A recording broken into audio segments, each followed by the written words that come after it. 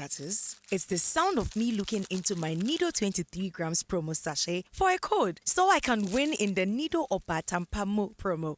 Become one of the 3 lucky winners of a fully paid family getaway in Nido's Obatampamo promo. Look inside your Nido 23 grams promo sachet for a code. Dial *380*11# and follow the prompts for a chance to win big. This advert is FDA approved. The luckiest *712#. luck is everywhere for everyone, yeah. Here's to the friends who dialed *712# and found no regrets. To the investors who struck gold. To the health workers who diagnosed luck with precision. To the tough guy who couldn't hold back his tears. To the passionate fan who couldn't contain his joy. To the seamstress who turned her hard-earned stitches into a bundle of happiness. And now, here's to you. Your next big win is right here. Luck is everywhere for everyone.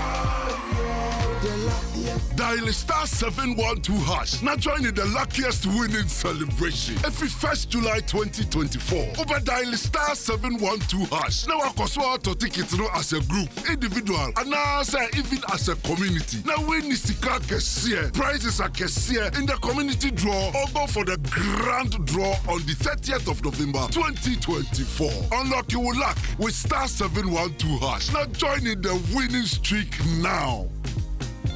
The luckiest. *712#. Luck is everywhere for everyone, yeah. The luckiest. Anymore, pop quiz. Are you ready? Hit me. Can you give me 3 words that start with omni? Oh, that's easy. Omnibus, omnipotent, Omniwana. omnibus. The bank with a really nice signboard. Hey, Radzi. You mean Omnibisic. OMNIBSIC. Omnibisic. Let me hear you say it. Omnibisic. Perfect. Is that an abbreviation? Not entirely. And it's not just a bank with nice signboards either. Omnibisic Bank is Ghana's fastest growing bank with innovative banking products and headquarters in Atlantic Tower at Airport City, Accra, as well as 40 branches across the country. Omnibisic Bank has the final word on excellent customer service delivery in Ghana. Plus, they have the coolest signboard. Yes, they do. And the coolest name, Omnibisic.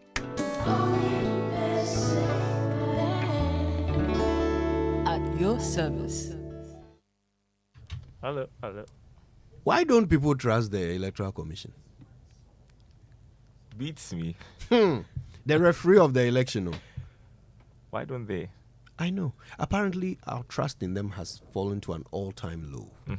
I mean, I don't suppose it helps that they've made some mistakes, got some numbers wrong, got some decisions wrong, and had to come back and redo them.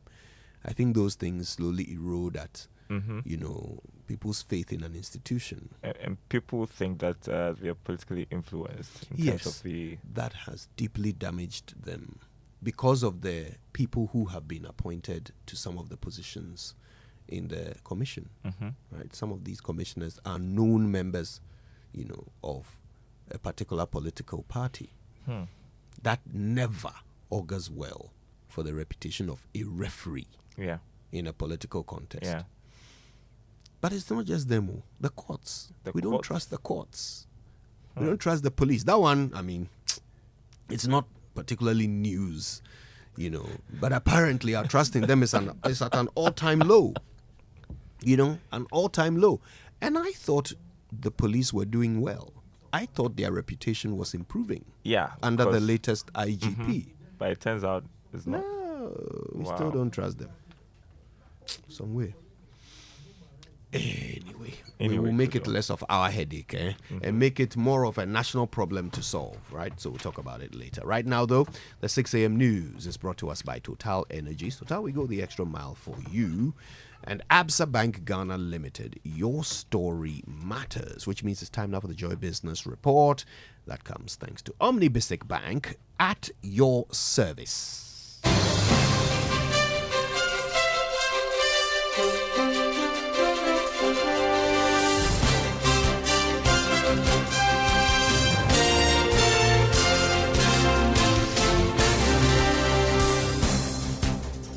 Hi, it's a brand new week. Welcome to the Joy Business Report. Coming up this morning, Finance Minister Dr. Mohamed Amin Adam likely to present mid-year budget review in the fourth week of this month instead of July 12, as earlier announced by Parliament. Also coming up, pension contributions reached almost 7 billion Ghana cedis last year as private sector payments continue to outstrip that of the public sector. We'll fill you in on that. Also, Ghana Standards Authority turns attention to steel and furniture industry after helping government implement full price disclosure on cement and some other controls. We've got details coming up.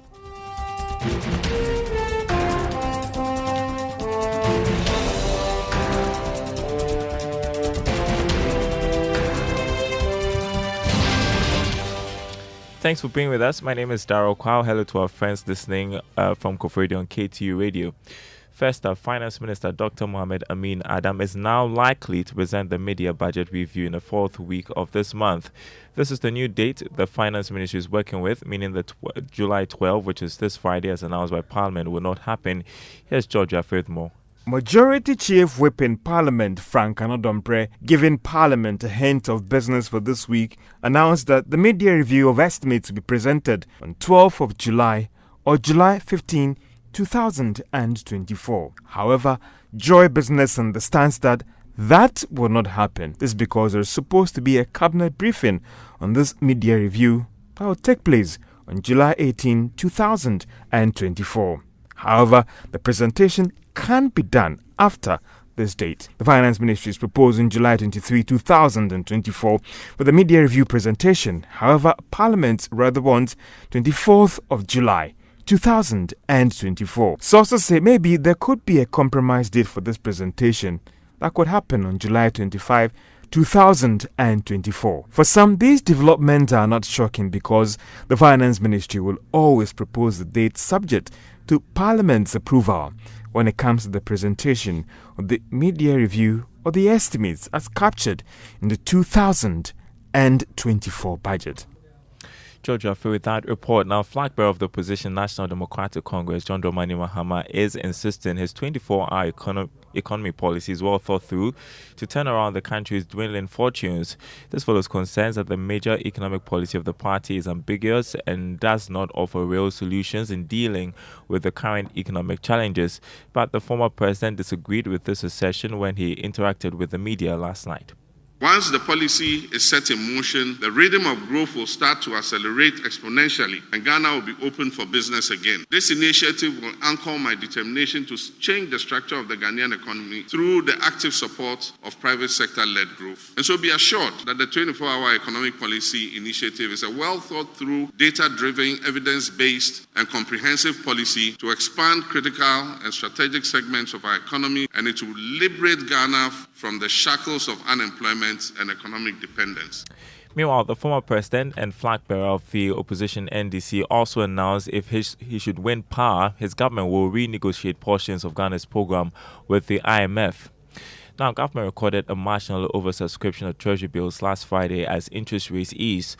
That's according to auction results from the Bank of Ghana. Here's more in this report. Total bids of 3.34 billion cedis was higher than the previous week's result. The government accepted all the bids. 77.32% of the bids came from the 91-day bill. About 2.51 billion cedis were tendered and all were accepted. For the 182-day bill, 651.11 million cedis were tendered and the uptake was all. 182.68 million cedis were also offered for the 364-day bill and all were accepted. Meanwhile, interest rates continued to plummet, but marginally. The 91-day bill fell by 8 basis points to 24.76 to 24.78%. That of the 182-day bill also dropped by 6 basis points to 26.74%. However, the 364-day bill remained same at 27.78%. That was a Business Desk report. Now, iron ore, steel and furniture industry could be next after government managed to implement full price disclosure on cement and some other controls. The legislative instrument to enforce a full disclosure of cement pricing is currently before Parliament and should become law in 16 working days. Director General of the Ghana Standards Authority, Professor Alex Dodu, says everything should be done to ensure that consumers are not shortchanged. I have met the Chamber for Steel Manufacturers, I've met all the manufacturers, and I've told them both the quality and the price and the weight of both steel and cement. They give you 1 ton, but it's not 1 ton. They give you 50 kg, it's not 50 kg. And I've told them I'm coming after them from next week. They said, oh, let's have dialogue. Oh, I have met the Chamber of Steel. They did tell me that give us 1 week to confess our sins. And where else? And then roll out. Oh, we've already started furniture. 80% of the furniture we sampled on the market did not meet requirements. That was Director General of the Ghana Standards Authority, Professor Alex Dodo. Meanwhile, West African Director of Trade think tank CATS International, Pierre Kusia-Dumako, is asking government to withdraw the legislative instrument to regulate cement pricing, as it could lead to product shortage and possible collapse of the industry. Potential businesses that want to come into the market will be scared of this action by the government, and so they may not come. And some of the current players in the industry, if they find out that they are not making profit as it should require of them, they also may decide to exit the market. And if care is not taken, we may end up going back to the days of a giant monopoly, which we all know what happened. West Africa Director for CATS International, Apia Kusia-Dumako. Total contributions to the SNIT pension scheme for last year reached almost 7 billion Ghana cedis. This was captured in the State Pension Trust operations data seen by Joy Business. Here's more. The almost 7 billion cedis gotten ending last year represents a significant jump in terms of what the scheme had in 2022. Out of this, contributions from the private sector stood at more than 4 billion cedis, representing 113% increase over what was expected in 2023. However, in terms of public sector contributions, SNIT was able to mobilize 2.8 billion cedis, just about half of what was targeted by end of 2023. Based on this development, SNIT was able to save about 1.4 billion cedis. This is because it ended up by paying 5.4 billion in terms of total benefits paid, compared to the almost 7 billion cedis that came in. Active members of SNIT pension scheme also stands at 1.9 million ending 2023. Compliance rate in terms of payment was quite high, especially with the private sector. The data showed that SNIT is making some progress in growing the scheme and retrieving arrears. Moving on, Cocoa Board has justified its forward sales policy for cocoa purchases, insisting it's needed to aid in the growth of the sector and offer better benefits to farmers. This comes after calls by some civil society organizations for Cocoa Board to review this policy to benefit from rising prices of cocoa beans. Chief Executive Joseph Edu spoke to Joy Business after a visit to some cocoa farms in the Western region. But essentially, it's always better to do forward sales, being that the buyer himself wants forward sales, just as the seller. So in all times, forward sales had been better than spot. The situation has only changed from last year. And remember, the situation is not going to be permanent. So it means that the situation is going to normalize. Cocoa price has started coming down. Yeah, so the question is, are we going to do spot? If cocoa price go down to, let's say, $2,000. That was Chief Executive of Cocoa Board, Joseph Edu. Let's take you to the commodity market this morning. Check the prices for you. Cocoa this morning increased by $144. It's selling at $7,850 a ton. Gold lost more than $6 to open trading at $2,385 an ounce. Crude oil is trading this morning at $86 a barrel. Now, Tullow Oil's Global Director for Exploration, Jean Medad Madama, has taken over as the interim managing director for the Ghana operations. The current boss, Wissam Al-Monthiri, is leaving the company at the end of this month after 4 years of service. Tullow has announced it has begun the search for a permanent replacement. Plastic manufacturers say they have put on hold plans to shut down the operations due to proposed tax on locally manufactured plastic products. Is coming after a meeting with government last Friday over the 5% excise tax on their products. Eboboche is president of the Plastic Manufacturers Association of Ghana. Met with government last Friday, and the Deputy Minister for Trade and Industry, Honorable Michael Befi, showed great faith and commitment to our concerns, and he assured us of further dialogue with government. We have every reason to trust his assurances. It's on this basis that we have called off our demonstration and also put on hold our plan to shut down. You heard President of the Plastic Manufacturers Association of Ghana, Eboboche. Now, to the stock market, Benzo Oil Palm Plantation is expected to lead the gainers on the stock exchange this week. This is based on bids and offer dynamics.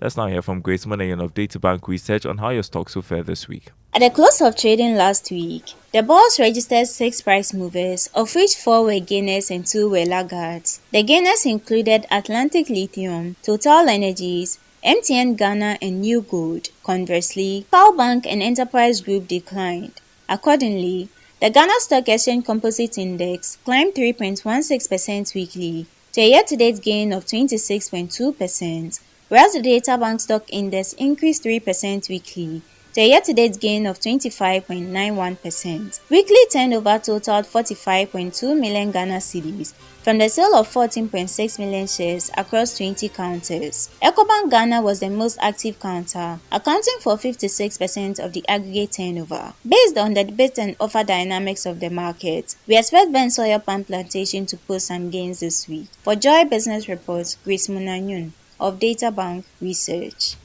Thanks, Grace. On the currency market this morning, the dollar going for 15 cedis 46 pesos, the pound 19 cedis 76 pesos, the euro going for 16 cedis 73 pesos. More news on our website, myjoyonline.com/business. My name is Daryl Kwan. Thanks for listening.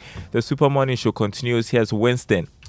Yeah, good morning, Daryl. Hey, how you doing? I'm good. You? As you can see, I'm doing very well. God is taking good care of us. As always, as always, as always. The BEC starts today. Oh, yes. When did you write the BEC?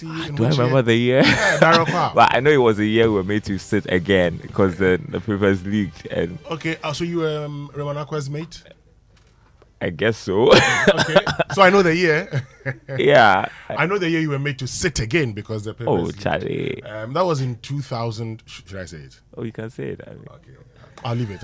But I know the year because my younger brother was writing in that year. Oh, Charlie. It was not a pleasant experience. Well. So today the young ones are writing. We wish them all the best. Yeah. At this point in time, you've learned everything. Just be relaxed. They've been driving to school now. And be relaxed.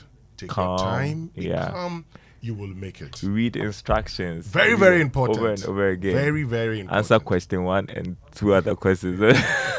You know, when we were going to write BC in my time, every day we were going, we used to sing. We didn't say we shall. We said we have overcome. Yeah. You know, very confident at the time we went to write. But when you get into the room, you realize that things may be different. But this is it. Yeah. At that point in time, be calm and recollect all that you've learned. That is not the time to learn new things. You've learned everything already. Yeah. What you need is recollection. But you get recollection when you're calm. So be calm. Be calm and don't go into the hall with the mindset of cheating. No, don't go and cheat. Asking somebody for an answer to. With stickers. At all. And those who have been writing their numbers that they should call their parents, stop. Anyway, because the children are writing BEC, we say God is able to do all. Oh, yes, He is. And so God will make a way for all of you. Definitely. You shall come out successful. Most definitely. Our inspirational song for today is He's Able. Here, He's Able. On the Super Morning Show. God is able to do exceedingly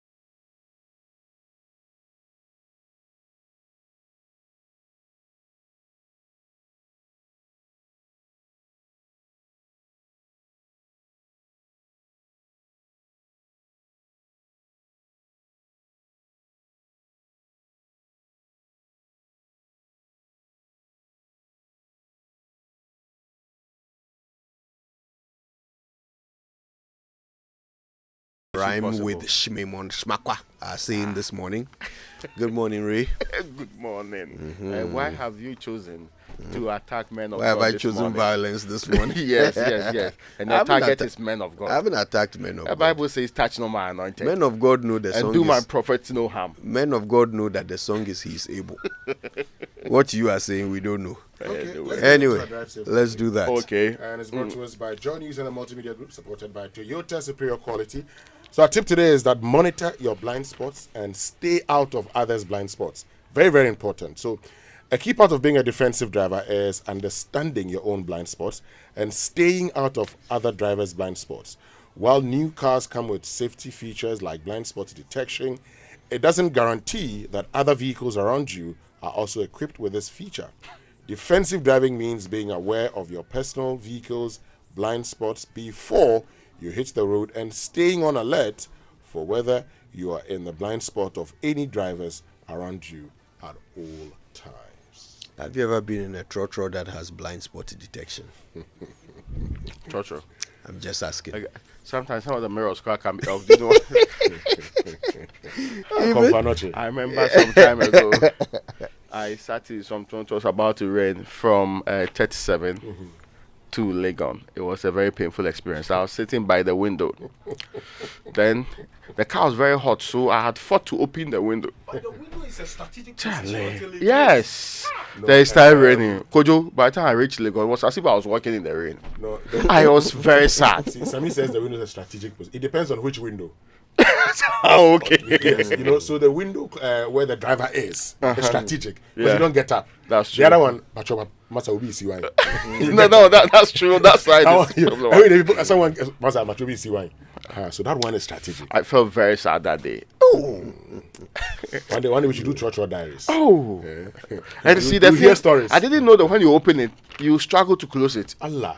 Because the Trotro is actually a cargo vehicle. That's true. And they've done their own thing. So once you open it, forget. Oh, that day I suffered. And those Trotro Diary stories, one of the biggest highlights is the smells. Not only of the. Let's learn how to say it right. Not only of the. Let's learn how to say it right. Yes, officials in the vehicle. Say it right. But also some of your neighbors. Pardon?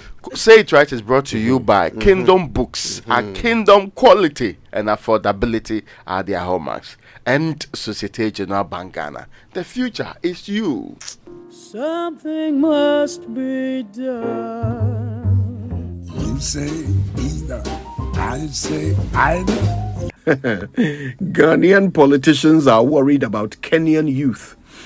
They are reacting to the reports of demonstrations in the East African country in much the same way an old woman reacts to the mention of dry bones. They are increasingly terrified of the havoc a nationwide youth revolt would wreak on their comfortably insulated way of life. Which brings us to today's word, wreak. W-R-E-A-K. Wreak. Many people pronounce it as wreck, but that is an entirely different word with an entirely different meaning. The word wreck means to destroy or ruin, but the word wreak means to inflict punishment or vengeance. It originated from the Old Gothic word ricken, which means to persecute or drive out. Unlike wreck, which comes from the Old Scandinavian word wreck, spelled W-R-E-K, which refers to rubbish floating on the surface of water, sometimes known as flotsam. Such rubbish, often seen after a ship sinks or is destroyed at sea, is where the word wreck comes from.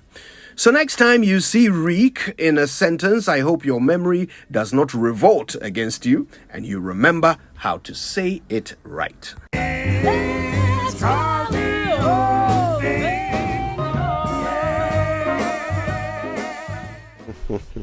The drive doctor has just given me a suggestion for say it right. He says we should talk about the word odor. Odor. Yeah. Yes, in memory of Trotro Diaries.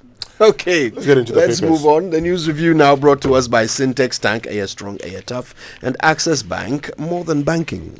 Now let me start with the new finder, and it's reporting this morning. NIA Board defends Professor Atifua against union's accusations. The other one, Now Toshi Ricketts, others defend Napo against arrogance tag. Then there is prioritize mobile interoperability. That's on the front page. And guess who's saying that? The Vice President? Yes. Dr. Digital is the one saying that prioritize mobile interoperability. Yes. I mean, of course, fintech is important. It will get to the point where the transactions are predominantly going to be on the internet, so it makes a lot of sense. Now, the other one, in fact, he's saying it should be the potential to replace Africa's single currency dream. Because even in ECOWAS, will be, is Ken Ofori-Atta still leading the team working on ECO? Well, he's the president's envoy on international capital markets and other things. I'm not sure. Yeah, because he was appointed as a man who was supposed to be working out, and I was very convinced that he would deliver ECO, just like he delivered a sound economy for the People's Republic of Ghana. That's how convinced you were. Yes. Then you were not convinced. Oh no, we all know things that happen along the line, but Ken Ofori-Atta is a fantastic man. Mischief detected. Move on. Now, so yes, we will replace mobile interoperability. We'll replace Africa's single currency dream. Let me bring you another story. If this is achievable, yeah. If this is done, it'll be a game changer. No, I agree. To be very honest with you, I mean, why it should be easy. And these days with the which means that here payment and settlement it should system, be possible for me to send to Koju's friends in say South Africa. Or maybe Tanzania. Yes. Or continent as a man of the people. You see? Within and without. Look, if we're able to My do bank that, allows me to send money to Tanzania. It gets there in 3 days' time. Yes. Local currency? No, it has to be in. Yeah, so I mean, this is what we're talking about. Yeah. And the Pan-African Payment Settlement System. PAPS. Which is something that's very great. It should be the way to go. I mean, it actually reduces our demand for, the dollar and all of that. To think of it. And so today, my friend Kujo Akpabi, who is based in the US, has been sending these things. A lot of countries are finding ways to move away from the dollar. That's true. So we should also be finding ways to move away from it, because consistently, we went into an IMF program because we didn't have access to dollars. Mm-hmm. It's as simple as that. Yep. So it's important we look for other means. And if we can achieve this, bingo. I agree with you. It's a fantastic move that should move beyond mere words. It should move beyond seminars. And then we tout them as groundbreaking dialogues. We've gone beyond dialogues. I've always said that this 2016 agenda of Africa we want, if it's not remodeled, if it's left with leaders alone, we'll not get anywhere. Because people are so territorial about what they can control and have within their own countries that they are not willing. It happened during Nkrumah's time. It's going to happen again if we leave it at all. But a true integration of the people, true trade, like the way the EU tried to move along those lines, a true integration, true tourism, a true integration, true removing the barriers, that it should be easy for me to be roaming from Ghana, Goa, the Baton, reach South Africa without having to have all the difficulties that you get at Sebe border in Nigeria, close to Nigeria, and all of the other difficulties. You see, part of our problem in this part of the world is that who are those sponsoring or giving grants to our civil society organizations? Where do they come from? Yeah. And what are their Western interests? countries, what are their priorities? The African private sector, how many of them are prepared in advocacy in the interest of African businesses? That's interesting. This is what we should be doing. Yeah. So our private sector should actually be leading the cause. So they actually get people to advocate these things. Look, let me tell you something. Our African leaders today, they have come to the realization that their people are gradually losing trust in the system. And if they don't do anything, and real quick, they will not be there tomorrow. See the things the guy in Kenya is listing now. Because the Gen Zs told him, do this. And let's not get it wrong. Kenya still has some inflation under 6%. Imagine that. Their debt to GDP is about 70-something%. Yeah. And look at how angry people are at the state of things. I guess the people, you see, sometimes you have to settle within your heart. Anyway, there's a group in Africans Rising, young people, they are moving from country to country, trying to raise awareness so that we can do it amongst the people, because it might not be in the next decade, but there should be substantial progress. Everybody knows that US is big because of its numbers. India, big. China.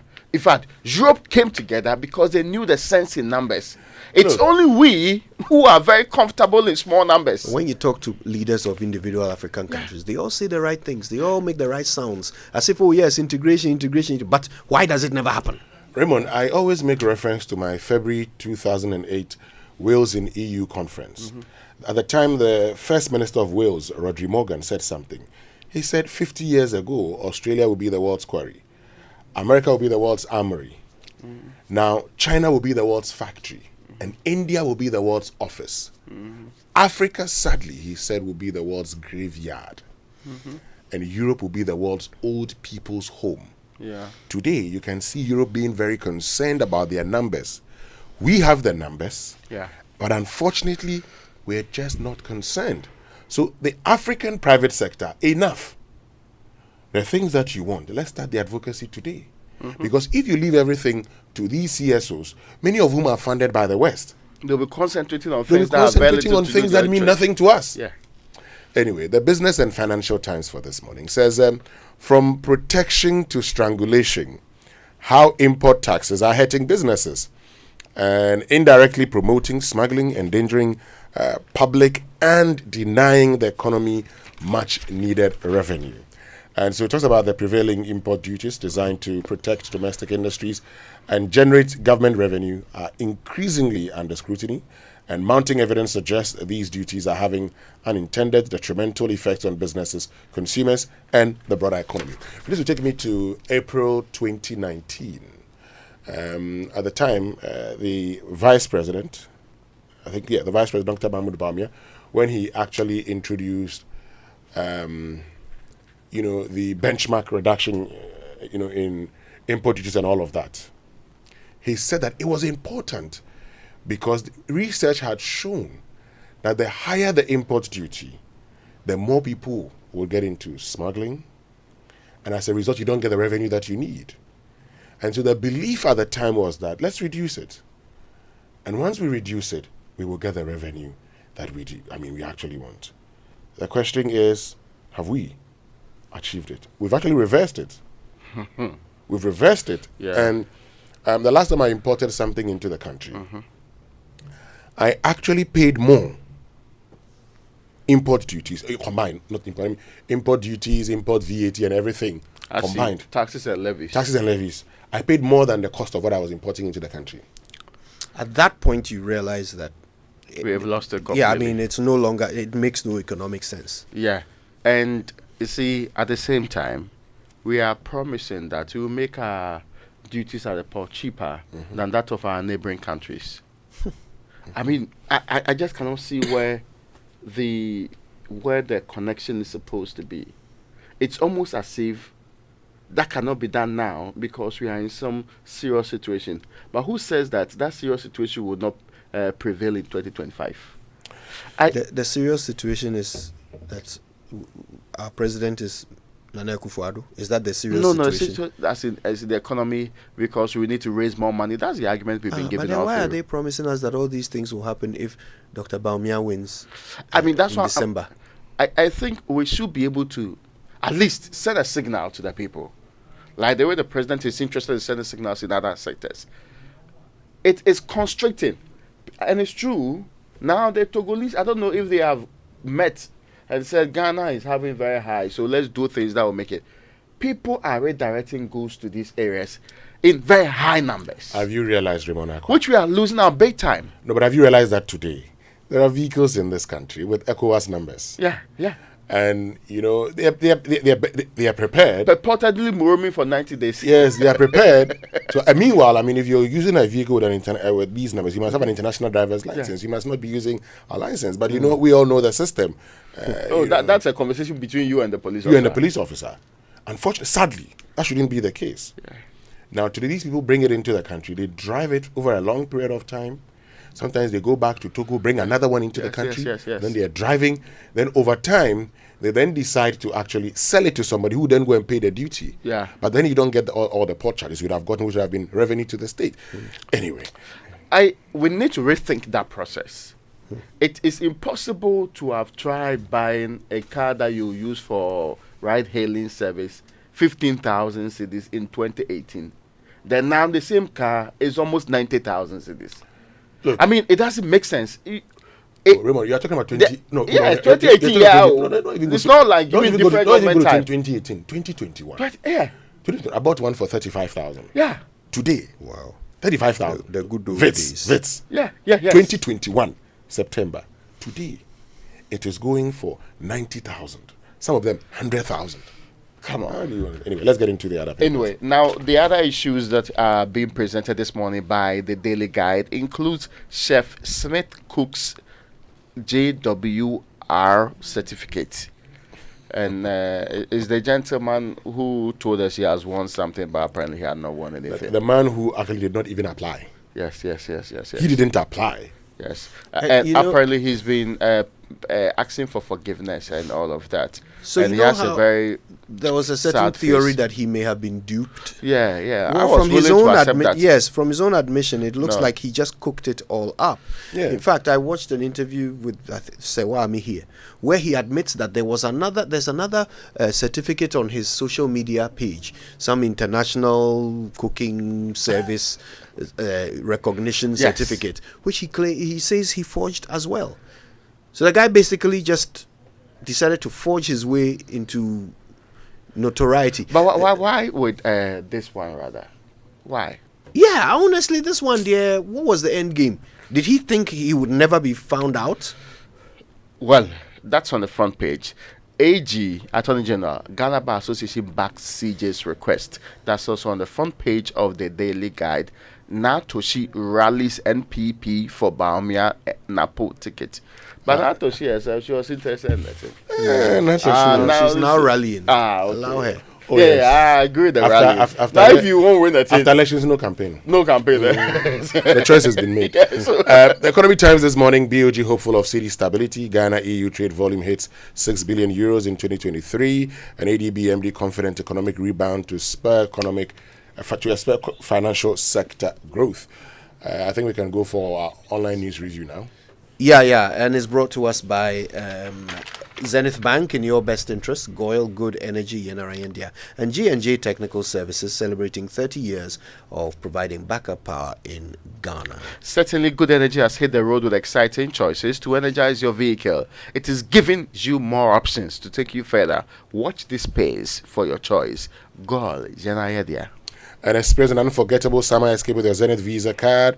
Spend a minimum of 3,000 Ghana cedis in at least 5 transactions and win an all-expense-paid trip to the Olympic Games in Paris.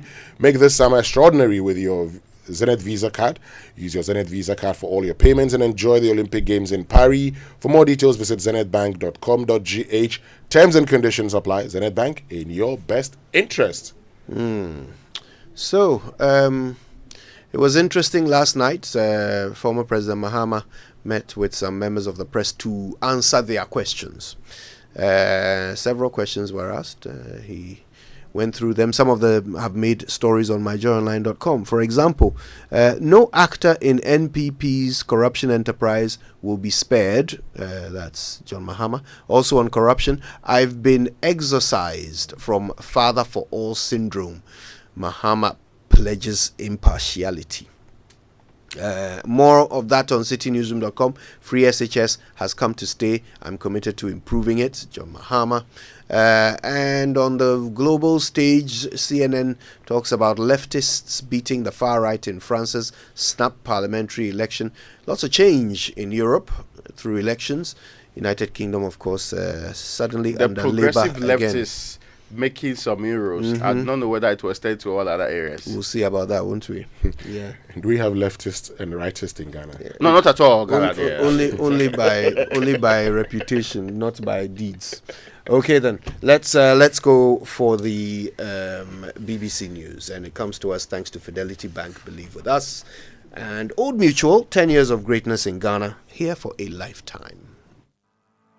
For decades, we have helped businesses connect with their trade partners all over the globe. From Ghana to Burkina Faso, Côte d'Ivoire, Benin, Togo, Senegal, China, Morocco, France, Netherlands, and many other countries.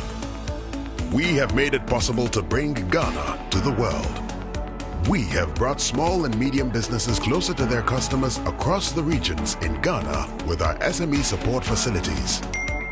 We have brought relief and smiles to the faces of families with our employee personal loans.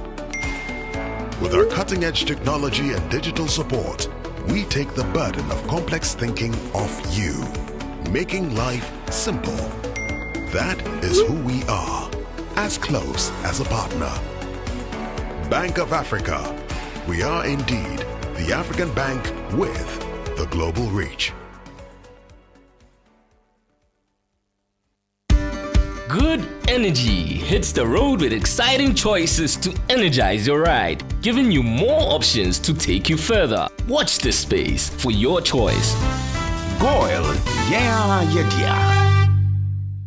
Say donut, donut, donut, donut. Hey, donut, donut, donut, donut. Donut, donut. Then come cut up donut, donut, donut. Malaria super donut. Everybody follow not sa malaria. A 3D till no not now. Oh, to malaria chill. Oh, popo. What mean the day? I want the no donut. A dabako.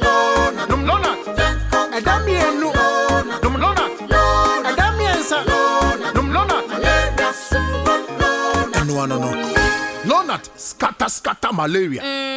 Lonat, it is scatter malaria. A quality product from Blaze GVS Pharma. Yenshishemu hu se malaria wa umojam ansana wanum lona. Na nam yensearch na malaria no daso wo hwa ko hu dokota. This advert is FDA approved. After tasting 10 cedis worth of Abochi's kebab, you finally decide to buy some. Abochi, add more pepper. He wraps it up and you take it home. Just when you're about to dig in, you see your name in bold Times New Roman font size 14 on the paper. And that's when you realize it's the CV you submitted for a job last week.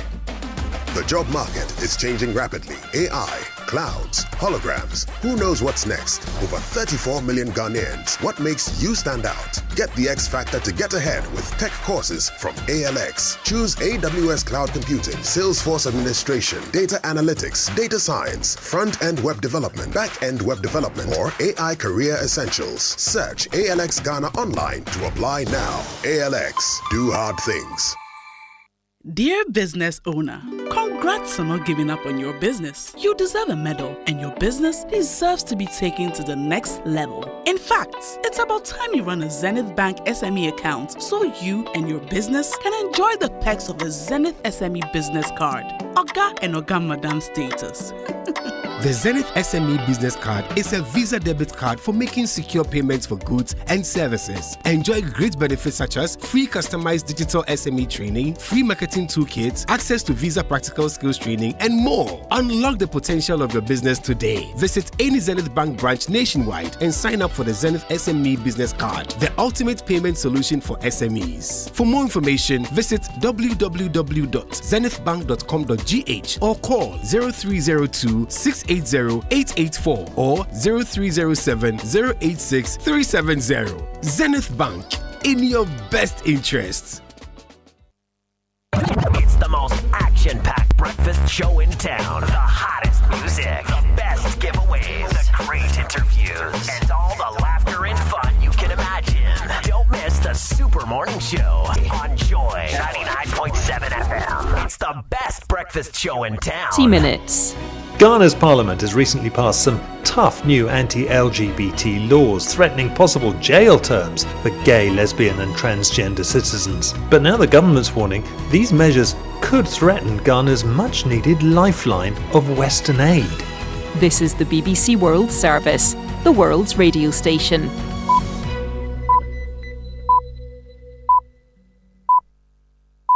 Coming up after the news from the BBC World Service, it's Hard Talk with me, Stephen Sacker. London is a melting pot city. You see it on the streets and in the restaurants. The variety of different food cultures on offer here is almost overwhelming. The UK has had a particularly ardent, long-term love affair with South Asian food. My guest today is Asma Khan, an Indian-born cook celebrated as a pioneer on the London food scene for setting up up the first all-female high-end Indian restaurant in the world. She says she was born to set the world on fire. But how does that work in a professional kitchen?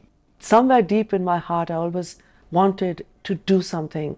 I wanted everyone to understand that there is justice, that it's not fair that girls are treated this way. But that it would take this route, I didn't know. That's Asma Khan on Hard Talk after the news. Hello, I'm Emily Thomas with the BBC News. France is waking to uncharted political territory after Sunday's parliamentary election left none of the three blocs with enough seats to govern outright. A newly fashioned left-wing coalition, the New Popular Front, took the most, with President Macron's centrist alliance coming second. The two blocs, which had agreed on a tactical voting pact, pushed the far-right National Rally into third place. Katja Adler reports. There's immense relief in Brussels, Washington and many parts of France, of course, this morning, that Marine Le Pen's populist nationalist party failed to win the majority it hoped for. But the celebrations are muted. This influential EU country, the Eurozone's second largest economy, is politically paralysed and deeply divided. The far left and far right both boosted their influence, but no one has enough seats to govern. France's President Emmanuel Macron is weakened. His cold consolation that his party didn't perform as badly as expected. Boeing has agreed to plead guilty to a criminal fraud conspiracy charge to resolve a US Justice Department investigation linked to two fatal crashes involving 737 MAX aircraft. Theo Leggett has the details. The criminal charge against Boeing has come as a result of an incident earlier this year in which an unused door panel fell off a brand new 737 MAX shortly after takeoff. That, together with mounting evidence of poor quality controls at Boeing's factories, was enough to persuade the US Department of Justice to reopen its criminal case against the company. The aerospace giant will now have to pay an extra fine of $244 million, while an independent monitor will be appointed to ensure it cleans up its act.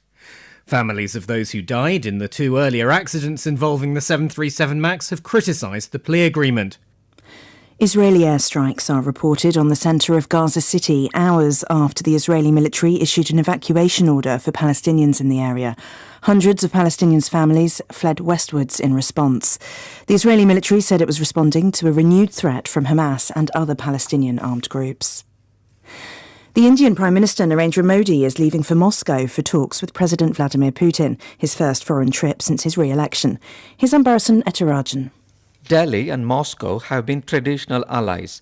Russia is a key supplier of cheap oil and weapons to India. But Mr. Modi's visit coincides with the NATO summit in Washington, where Russia's war on Ukraine will be a dominant theme. Indian Foreign Ministry officials said the talks between the two leaders would focus on addressing Delhi's trade imbalance with Russia and on securing the return of Indians who were misled into fighting in the Ukraine war. BBC News. The Hungarian Prime Minister Viktor Orbán has said China has a key role to play in creating the conditions for peace in the war between Russia and Ukraine. His comments, made on the social media platform X, came after he held talks with the Chinese President Xi Jinping in Beijing. Storm Beryl is about to make landfall in the southern US state of Texas. The authorities have warned of the threat from high winds and storm surges in coastal towns. Will Grant reports. Warnings over storm surges are in place for Corpus Christi and Galveston, and the state governor's office has repeatedly urged residents not to underestimate the storm. Many residents have heeded the official warnings and stocked up on emergency supplies and fuel for their generators. There are some fears, though, that others in the low-lying beach communities haven't evacuated as advised. The authorities say that even if Hurricane Beryl isn't as strong as it was in the Caribbean, particularly over the islands of Grenada, St. Vincent and Jamaica, it is still expected to cause widespread power outages and disruption in Texas, including as far inland as the city of Houston. More than 5,000 workers at the South Korean technology giant Samsung Electronics walked off their jobs today to begin a 3-day strike over pay and benefits. The company's management has been locked in negotiations with the union since January.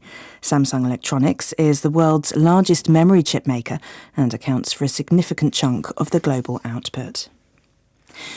Reports from America suggest President Biden is facing additional pressure to end his presidential re-election campaign. US media say a number of senior Democratic Congress members made their comments at a virtual meeting convened by Hakeem Jeffries, the House Democratic leader. However, President Biden, speaking in Pennsylvania, has again said he'll stay in the race. World News from the BBC.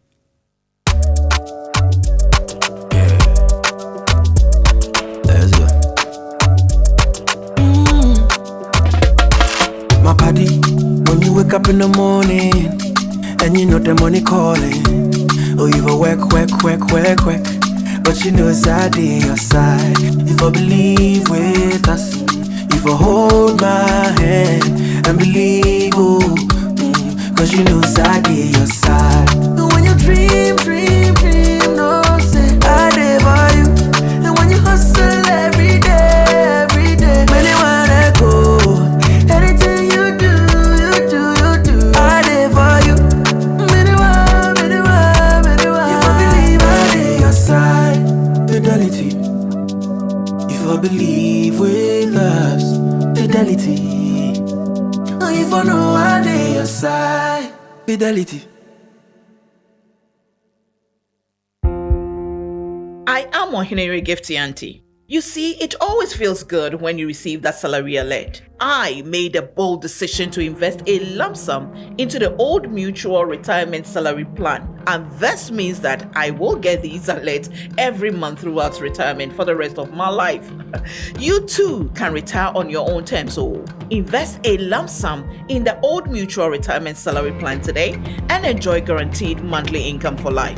Call Old Mutual on 050-453-4333 or visit oldmutual.com.gh to sign up today.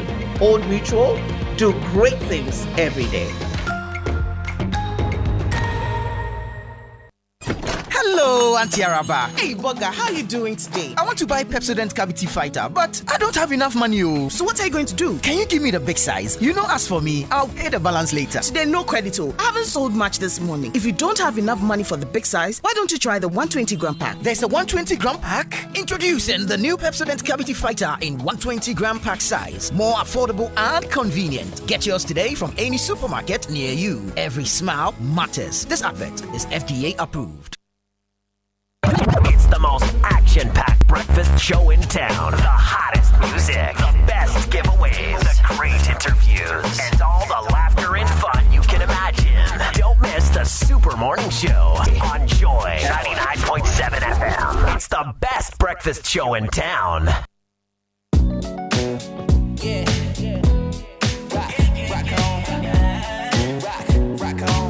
Coffee in your cup and Joy on the set. The Super Morning Show is always the best bet on Joy 99.7 FM. Tell me I'm your favorite tonight, and we gon' do everything you like. I'll take you anywhere you won't even let you drive, and let's get lost in our own world, make it a surprise.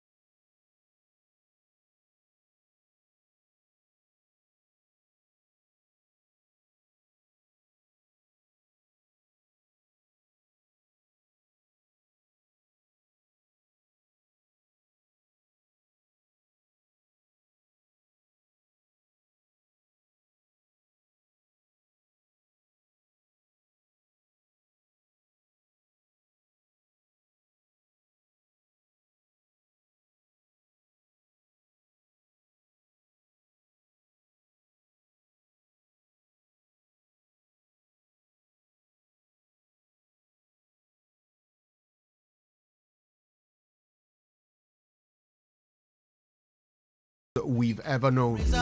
And he does this one with another old school name, Fabulous. It's called Link Up. You ain't gotta deal with them suckers no more. Yeah, nice one, DJ Obete. And of course, it's Monday. Lots and lots to get through on today's edition of the Super Morning Show. Big conversations. First of all, why? Why is Ghana losing the trust that they have in the courts, in the Electoral Commission, and the police? Big question that we need to answer. Also, 19,506 BEC students to write their first paper today. And the president has written to them, encouraging them, and also asking them to eschew all manner of malpractice. We'll also be talking about former President Mahama's engagement with the press, which happened last night, very late last night, 8 p.m. But big conversations. Honestly, the BC, 500,000 students, 19,500 schools. Schools. Are presenting Forgive me. That's my mistake. I meant to say schools. I said students. All right. So today we're asking why trust in Electoral Commission, courts, and police has hit an all-time low, according to the Afrobarometer report. Now, I'm wondering, Raymond, if you had a matter in court, would you not feel that you can trust the system? Sometimes. I mean, see, we can legitimately admit that there are difficulties in our judicial system. I've raised these issues of whether or not your justice system guarantees justice to everybody, which will mean that access to representation and that the system is fair, it guarantees speedy trial, and that doesn't wait for the case to be moot before it actually renders judgment on it. And with time, people feel, and those ones matter too, that they are being treated fairly with our justice system. It is the fact that when I take a case to court, Kojo, I know that no matter who you are, be my opponent or on the other side, I'll be treated fairly. When I am supposed to have representation, I will have the very best of representation, that the judges sitting on my case have been fairly chosen. I hope you get my point. That a system you can believe in, not haphazardly unexplained process of choosing people to sit on cases for an outcome predetermined. I hope you get my point. Yep. So those are the expectations that the ordinary people have. But there is also some of the very small things that we cannot dismiss. That a lawyer travels to Asamankesi for court. Then the case is never called. The lawyer feels there's no interest in pursuing the matter because the guy paying is not paying enough money. So it's a bit of a waste of time for him to do that journey. The guy does not get the best of representation. Then there's judgment. Then there's a problem at the end of the day. So being fair to everybody in the system matters. Again, my difficulty is why it appears to be at an all-time low now. When it comes to the EC, sometimes it depends. In fact, there's a bit of the Afrobarometer that suggests that political affiliation affects people's perception. So if I'm in opposition, like what happens all the time, I suspect the EC. Especially if this EC does not appear to be the one that would have wanted to be in office in the first place. And again, if the Electoral Commission is known to, if the president appoints the gentleman who was recently appointed, that gentleman from the Brown Afro region, the guy who was openly, for instance, campaigning. I mean, people like that do not give hope to the institution. So I was going to ask, is it just the fact that, when you're in opposition, you don't trust the referee? No. Or what about some of the mistakes that the Electoral Commission themselves have made? Right? With figures in the last election. I mean, that was troubling, wasn't it? It compounds the suspicions.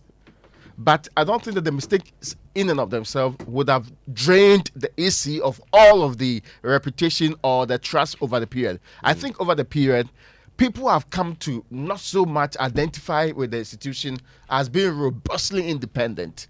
And let's not get it wrong. People fought Afarijan in this republic. MPP, NDC fought Afarijan. But there was very little doubt about whether or not Afrojan was leading a fair, just institution as the Electoral Commission. Absolutely. It's an election year. This is the wrong year for the EC to have low scores when it comes to public trust. So let's talk about it. If you have an experience with the police, with the courts that has affected your trust of them or otherwise, share it with us today on the Super Morning Show. Use the hashtag JoySMS when you are posting on X, and we will certainly tell everyone what you're thinking. Keep it locked right here on Joy 99.7 FM. Wake up to joy, joy, joy. Sunshine and joy in the morning time. Yeah. Wake up to the Super Morning Show. Yeah. Wake up to joy.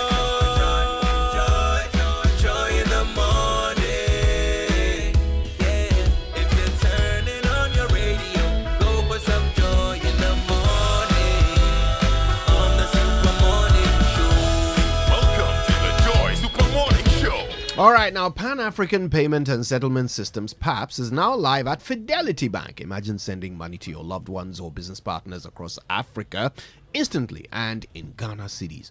Don't wait for days for transactions to clear. No more expensive fees, just fast, secure and affordable payments. PAPS is here, and Fidelity Bank makes sending money through PAPS easy.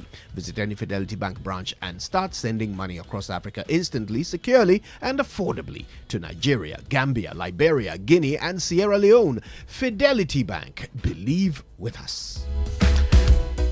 Hey parents and guardians, if you are looking for the ultimate destination to make your child's dream come true, I am recommending to you Kidsville. Kidsville is located on Spinters Road, right next to Noble House and Palace Mall. Kidsville is your go-to spot for high-quality kids fashion, fun toys, exciting games, and fantastic learning materials. At Kidsville, they've got everything to keep your little ones stylish, entertained, and educated. From trendy outfits to the latest toys and educational tools, Kidsville truly is where every kid's dream blossoms.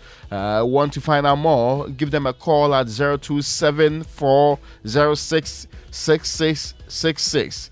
That's 0274 066666, or visit their website at kidsvillegh.com. And don't forget to follow them on all social media platforms at Kidsville to stay updated with the latest products and events. Kidsville, where every kid's dream blossoms.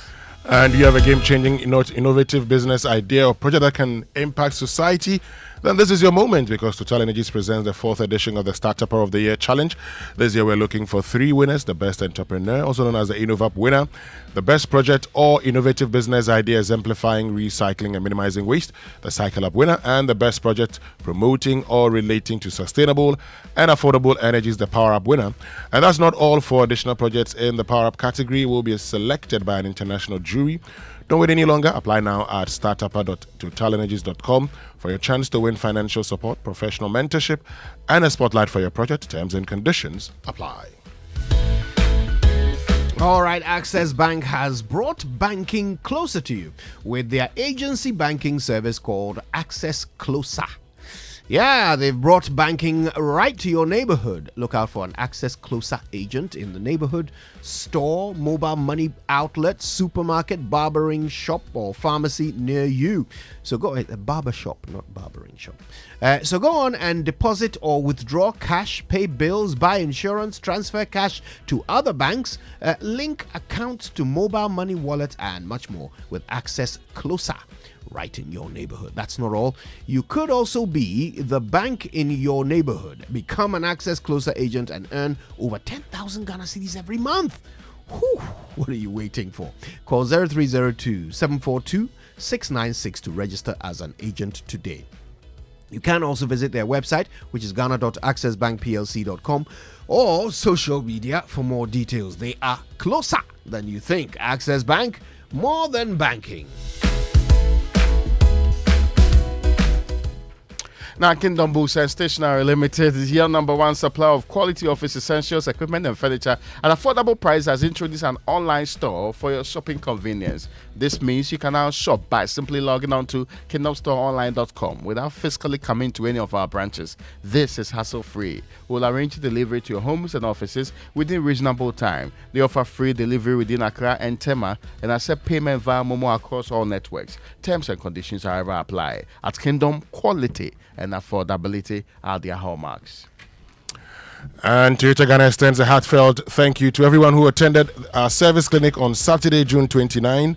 We're pleased to have engaged and served our cherished customers who took advantage of our free comprehensive diagnosis, head lamp cleaning and body waxing, and discounted part sales. Toyota Ghana reminds you that the care for your vehicle doesn't stop here. If you need any further service or support, don't hesitate to reach out to us at the Legon branch, where our team of dedicated technicians and engineers are always ready to assist you with all your servicing needs. Drive safe this rainy season and always keep your vehicles in top shape with genuine spare parts and genuine care from Toyota. For more information or to book a service, visit us. That's at toyotaghana.com or call or WhatsApp 0257 955 447. Toyota, superior quality. All right, now, where are you headed? Are you going shopping at the mall or buying fuel for your car?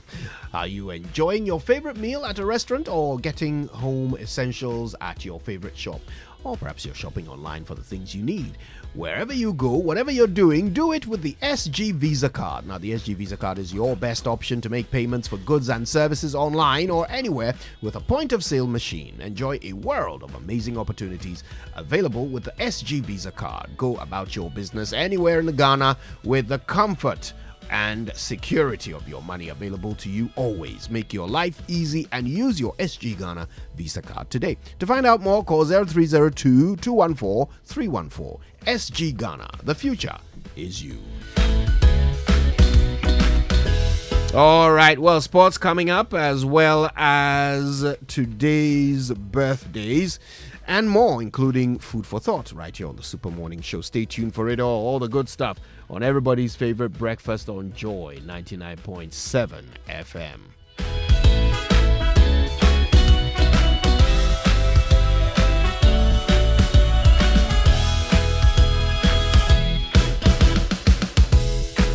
If home is where the heart is, then let's go home, shall we? Let's go where the entertainment is, where the passion is, where the laughter is, and sometimes even the tears too. Let's go where we feel safe enough to share our opinions and send tweets, where we do that embarrassing little dance to our favorite song. Let's go home where the love, the care, and the joy live. There's no place like home. Connect your home to super fast internet with affordable data bundles from MTN Home. Visit broadband.mtn.com.gh or your My MTN app to sign up today. MTN. Imagine a world where your home or business is powered by the sun's boundless energy. Picture your rooftop transformed into a solar sanctuary, radiating with eco-friendly vibes and city-saving brilliance. Well, dream no more. With Standard Chartered's renewable energy loans, you can turn this dream into a dazzling reality. And guess what? Our renewable energy loans come at very low rates. That's right, we are not just offering loans, we are offering the keys to your solar-powered kingdom. Say goodbye to high electricity bills and step into a new world where every watt generated is a step towards a brighter, more sustainable future. So if you're ready to take control of your energy destiny and switch to solar today, give us a shout on any of the following phone lines: 050-153-5789, 050-153-5790, 0244-674154. Let's chart a course for a brighter tomorrow and make your solar dreams shine brighter than ever before. Standard Chartered, here for good. Life in Denmark can be quite different for an African legend like Michael Essien. The weather, the food, the silence. but there's always a place you can call home. Home is where your heart is.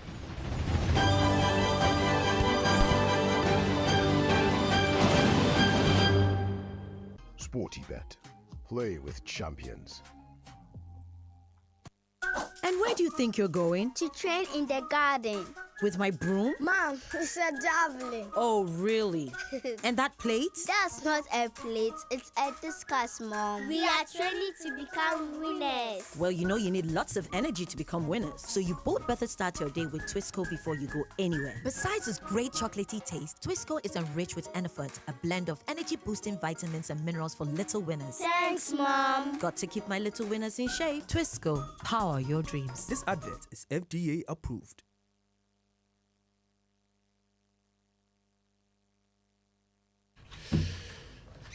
Yeah, well, let's get to it. And birthday messages on the Super Morning Show are brought to you by MTN. Everywhere you go. And Bank of Africa, the African bank with global reach. Bank of Africa, as strong as a group, as close as a partner.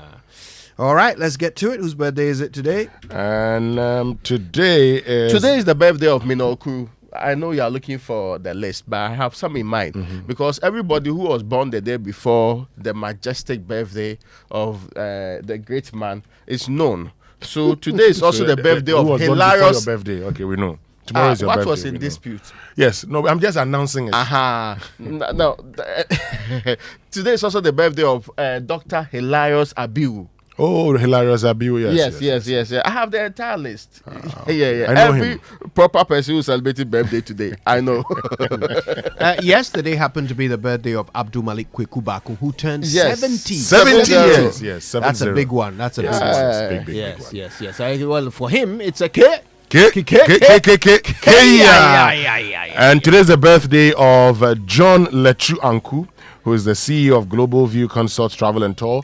He turns 40 years today. So John Lechu Anku, happy birthday to you. Let me see if I have another one here. I have another one before you do another one. Bridget Akwabedu. Today is her birthday.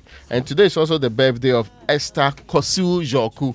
Esther is at the University of Ghana. And yeah, I should give the rest of the list. Today's the birthday. This one says belated happy birthday to Winnie Hamwaja, who's the executive officer at Deloitte Ghana, also to Samuel Awuji and Janice Adu Benson of the Audit and Assurance Department, and Salome Atigla of the People and Purpose Department, all of Deloitte Ghana, from your country managing partner Daniel Kweju Owusu and all staff. Even Kojo say I stop abusing wearing suit. Today happens to be the birthday of the biggest Arsenal fan I know, Mami Esi Iyamwa. Happy birthday to you, Mami Esi. Come for your present, okay? All right then. So the Joy Sports Center is brought to you by MTN. Everywhere you go. Standard Chartered Bank, here for good. DSTV, it's your moment. And Twisco Food Drink. Twisco, power your dream. So, folks, imagine a world where your home or business is powered by the sun's boundless energy.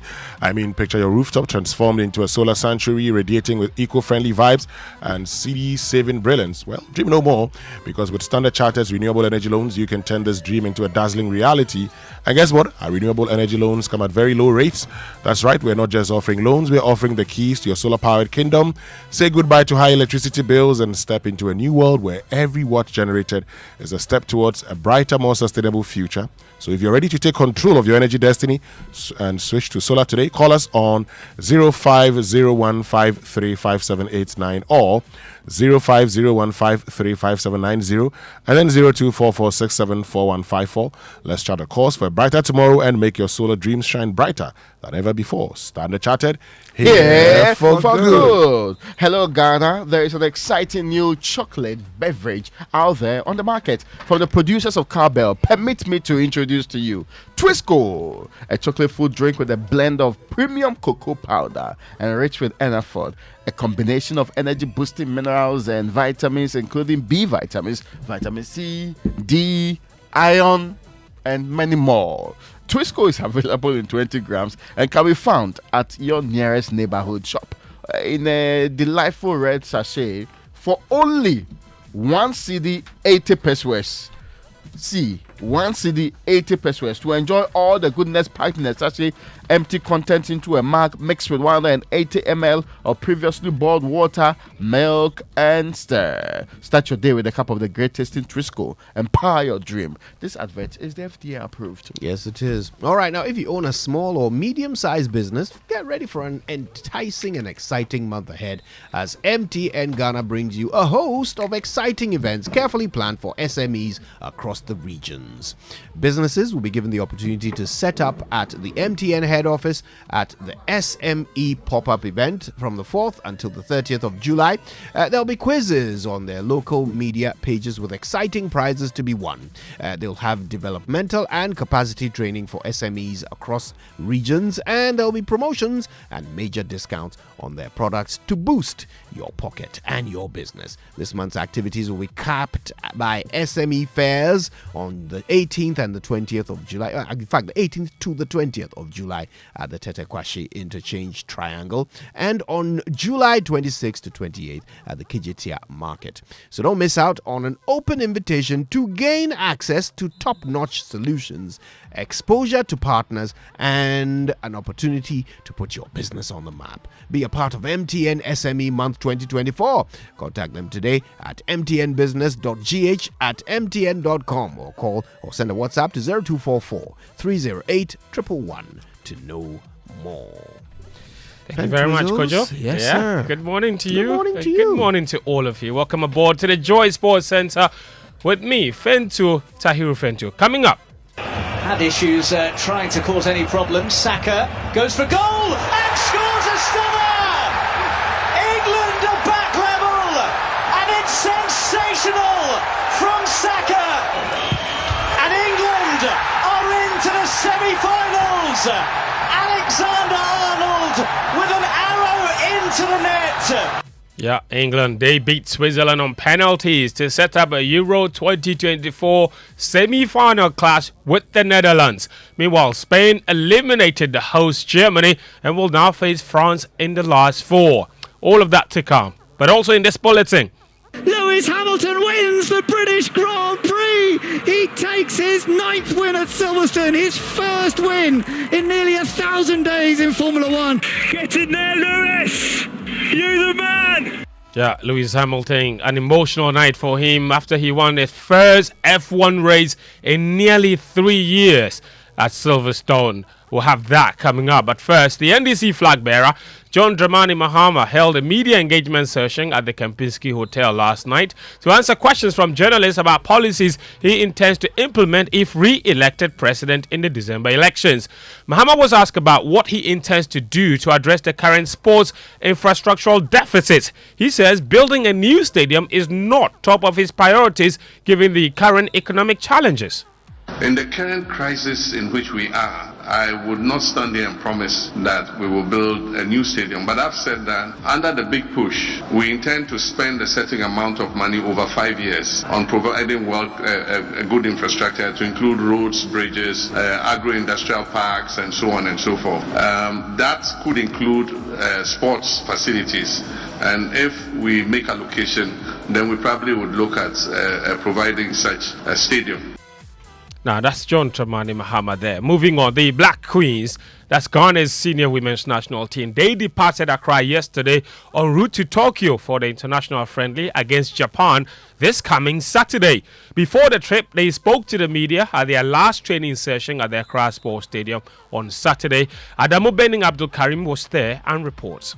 Japan, currently ranked 7th in the world, will be the first top 10 team globally to face the Black Queens in 8 years. In the Black Queens' last friendly against a top 10 team, they conceded 11 goals. It was against Germany in Paderborn in 2016. However, Nora Hoptel's Queens have improved over the past year and won admirers with their incredible 10-game winning run before back-to-back defeats against Namibia and Zambia. The Swiss trainer is aware of the kind of opposition Japan are and is looking forward to a tougher test. Well, basically, it's always a result we want to get in every national team game. We want to win. We go with this approach, but of course it's still working on our performance. As I said, they will challenge us in our defense on a much different level than we have been used now the last year. But we want to go with bravery in the defense, courageful. We also have a bit, let's say, a courageful strategy we want to run. We want to prove it. We have also a good plan B and C ready. Yeah, so it's bringing the principles on the pitch, but of course always aiming for success. Hazaket's ladies forward, Mokarama Abdullahi, is making a return to the Black Queens squad after a 5-year absence due to a knee injury that sidelined her for nearly 2 years. Abdullahi scored 11 goals to help Hazaket's ladies win the Women's League and start for the Black Princesses in their African Games success. These performances earned her a spot in the squad for the Japan friendly, and she is excited to return to the senior national team. I would put it in one word, exciting. And I'm very grateful because at the end of the day, coming back is not something easy, and it's not everybody that does it. And coming back here has been something I've worked hard to and to get to. It's been great, and I'm very grateful for that. That's Mokarama Abdullahi ending that report by Adamu Bening Abdul Karim. Now, still on national team issues, there are concerns of conflict of interest after Ghana was paired against Kwesi Appiah's Sudan in Group F of the 2025 Africa Cup of Nations qualifying. Appiah, who is Sudan's head coach, is also a member of the Executive Council of the Ghana Football Association. Now, there are reports and calls for Kwesi Appiah to step down from one of the roles. Now, the GFA's communications director, Henry Asante-Chum, says the association will consult FIFA before a decision can be made. There's an executive council decision. Kwesi Appiah was duly elected into office. It is within his rights to accept any job opportunity that comes to him. Yes, I've also heard some of those commentaries, but it's an issue of governance, what is right and what is not right. We will consult FIFA governance on the matter and act on what they say. That's Henry Asante-Chum on the Kwesi Appiah situation. Now, after shipping out over 20 players, Kotoko have announced their first 2 signings. Their Sudanese players, Abdulrahman Youssef Yagoub and Esmat Hassel Balbaji, they signed their contracts over the weekend on a season-long loan with an option of permanent deals. Meanwhile, Lyon have announced the permanent signing of Ghana winger Enes Nyama after he played there on loan last season. Nyama joins from the Belgian Pro League club Molenbeek on a 4-year contract that will run until June 2028. Now, let's head to Germany now, where England beat Switzerland 5-3 on penalties to book their place in the semi-final of Euro 2024 after the game ended 1-0 in extra time. Breel Mbolo gave Switzerland the lead inside 75 minutes, but Saka leveled the score for the Three Lions to take the game into extra time, where Trent Alexander-Arnold converted the winning kick. Here's the man of the match, Bukayo Saka. I think, for me, it's something I embrace. You can fail once, but you have a choice whether you put yourself in that position or not again. And, I'm a guy who's going to put myself in that position. And, I believed in myself. And, when I saw the ball hit the net, I was a very happy man. Bukayo Saka there. England will now face the Netherlands in the semi-final on Wednesday. The Dutch, they came from behind to beat Turkey 2-1 on Saturday night. Their boss is Ronald Koeman. He's proud his team is in the semi-final of the Euros for the first time in 20 years. I think for the whole nation it's something special. We are a small nation and we're part of the semi-final with England, France and Spain, and we are really proud to get the opportunity to play the semi-final Wednesday. That's Ronald Koeman there. Now, Friday, Ronaldo's dreams of a second Euro title came to an end after Portugal lost 5-3 on penalties to France following a goalless draw after extra time. Friday's man of the match was Ousmane Dembele. He says they don't care about any complaints about their style of play.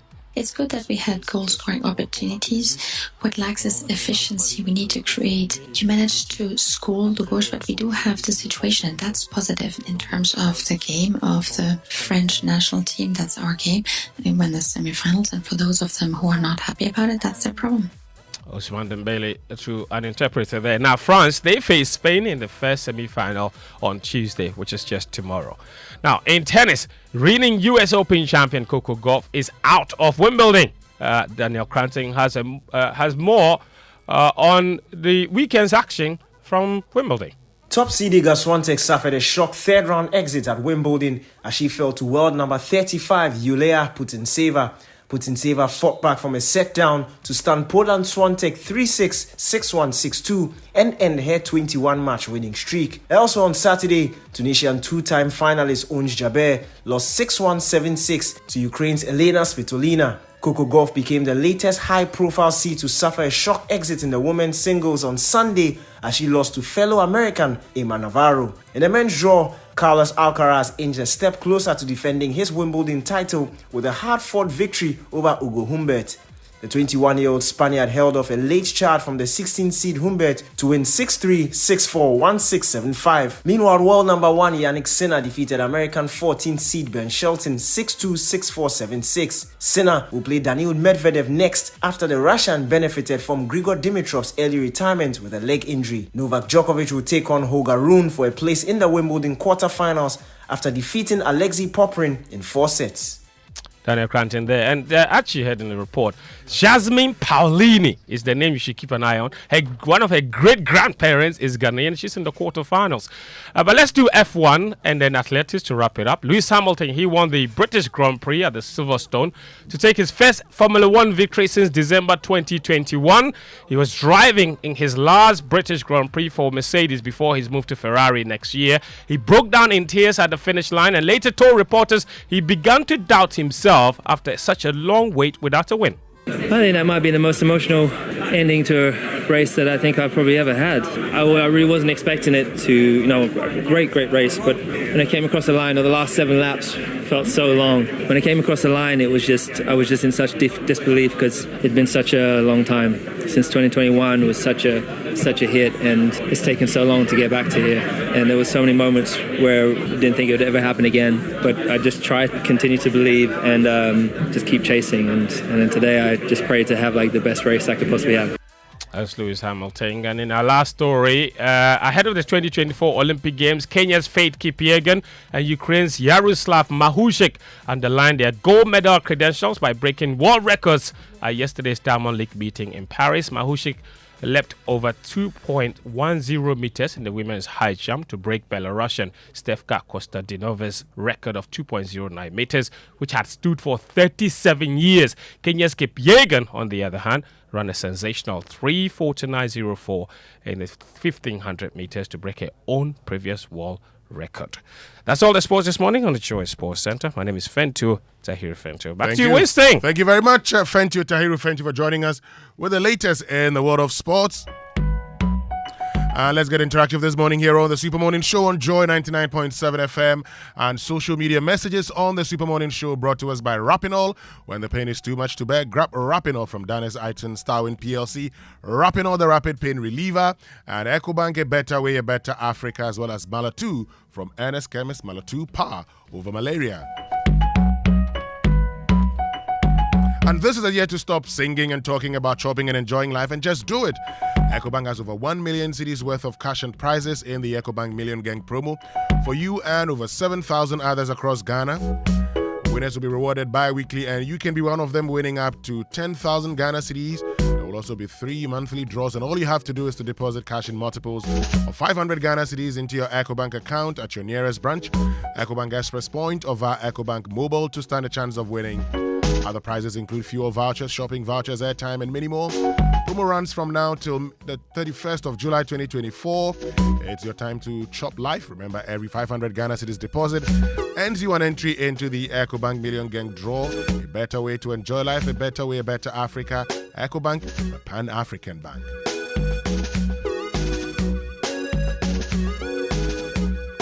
Stay with us. We'll be right back with food for thought here on the Super Morning Show.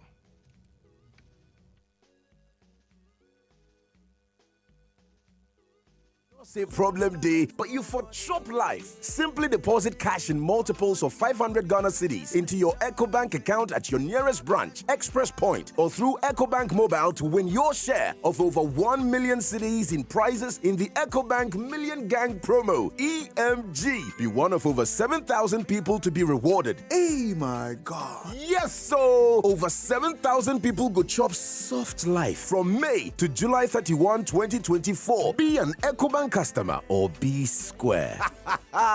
Remember, every 500 Ghana cedi deposit earns you a point for the EcoBank Million Gang today. EMG. Deposit today and win your share of 1.2 million in cash and prizes. A better way to enjoy life. A better way. A better Africa. EcoBank, the Pan-African Bank. This promo is regulated by the NLA on the Caritas Lottery platform. All right, so welcome back, and it's now time for Food for Thought, brought to us by Roverman Productions. Be the difference. Uncle, good morning.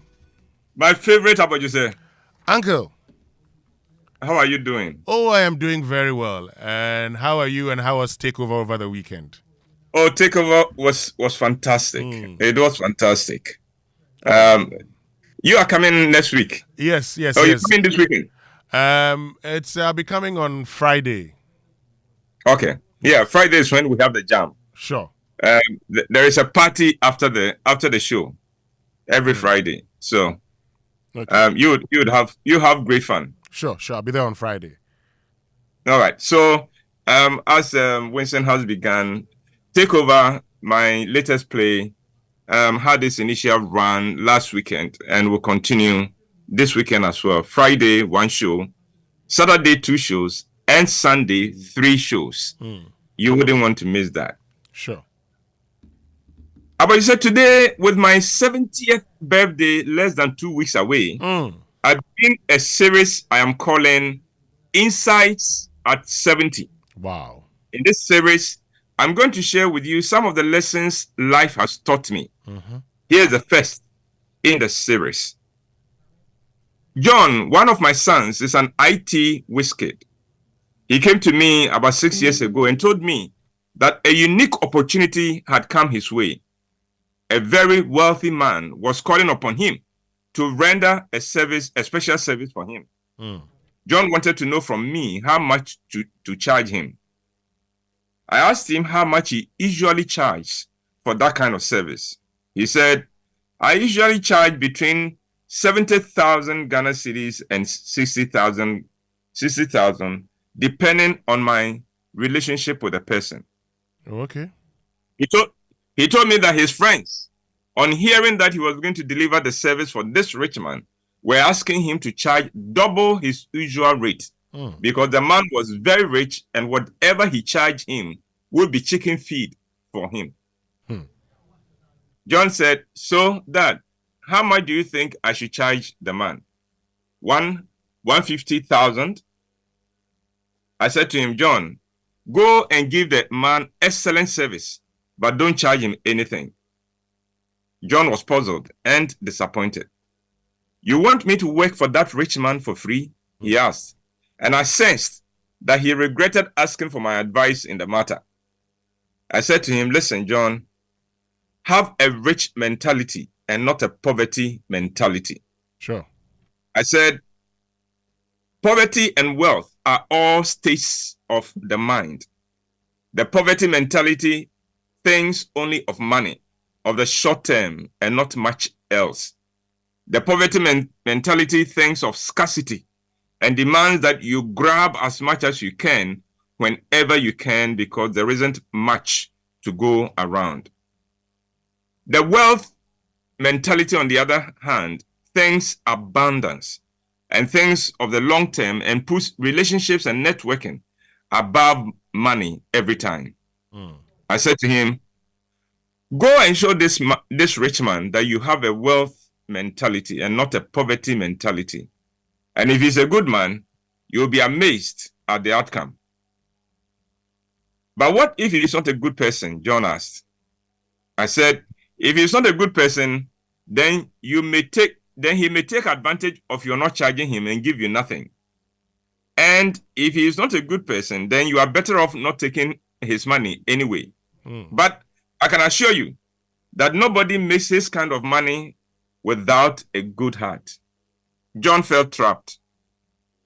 This was not what he expected when he came to me, but once he had raised the matter with me and had given my advice, he felt obliged to follow it. So he went to deliver the service, and the man was happy with his work and with his attitude. He then asked John, "Young man, how much do I owe you?" John said, "I am not charging you, sir." The man was puzzled. "You are not charging me? Why?" John said, "You are one of my role models, and it is my pleasure to be of use to you." The man nodded and then said, "Give me a minute." He left his office and returned a few minutes later with an envelope and said, "I appreciate the fact that you are not charging me, but this is for your FUA." John thanked him and took the envelope. When he opened it later, it had a check for 100,000 Ghana cedis in it. Wow. Of course, John was overwhelmed by the man's generosity, but that was not all. From that day, the rich man adopted John as his boy, or more or less his son, and involved him in his business and even in his personal affairs. Wow. John's gesture has shown the rich man that he could be trusted. That opened doors of opportunity for John, doors he would never have had access to without his closeness to the rich man. And then about a year later, when the man heard that John's mother needed to have surgery, the man was more than willing to underwrite the whole bill.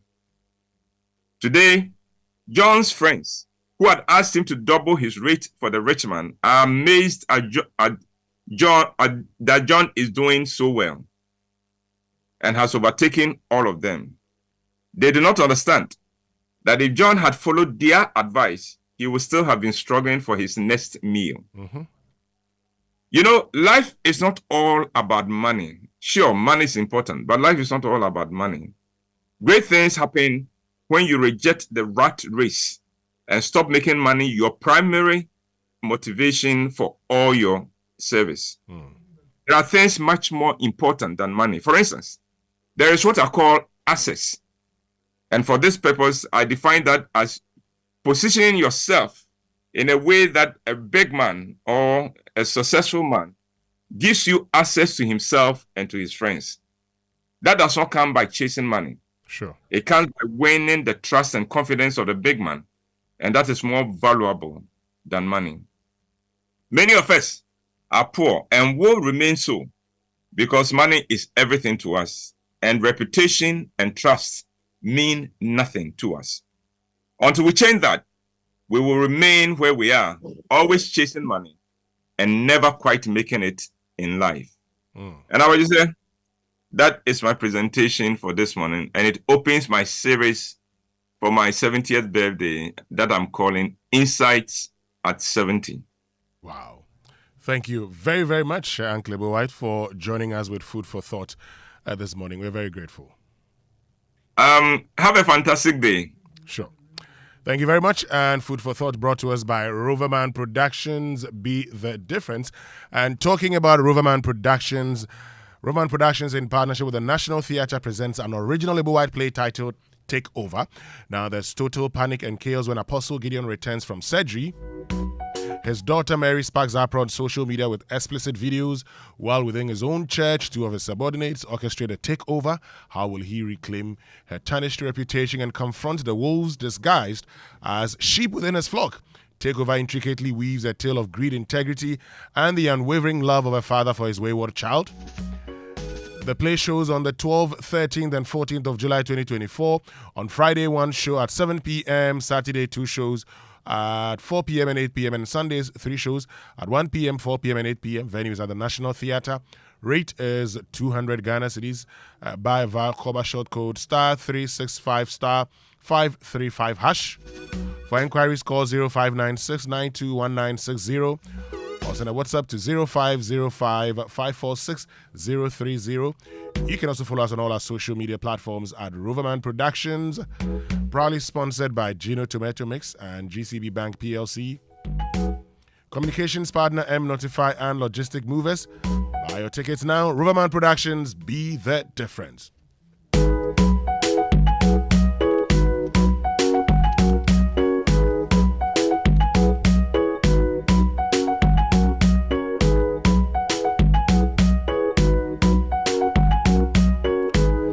And on Big Stories this morning here on the Super Morning Show, brought to us by Telecel, connecting Energy's latest phone, your partner for life and equity health insurance, here for you.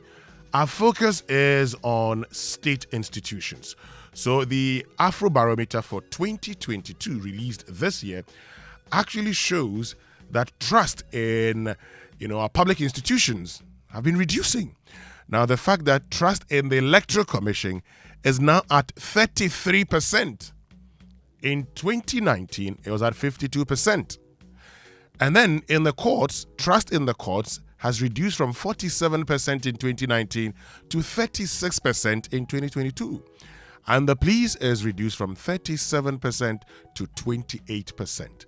The question is first, what this means for us as a country.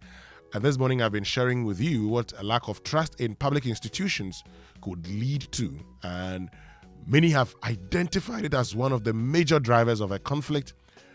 But most importantly, we ask a question: have you dealt with these institutions before? And what was the feeling? But how are these institutions also dealing with this report? Are they aware? And what are they doing in ensuring that they are able to, win the trust of the public? So in 2014, for instance, trust in the Electoral Commission was at 37%. It moved to 54% in 2017 and 52% in 2019, and then reducing further to 33% in 2022.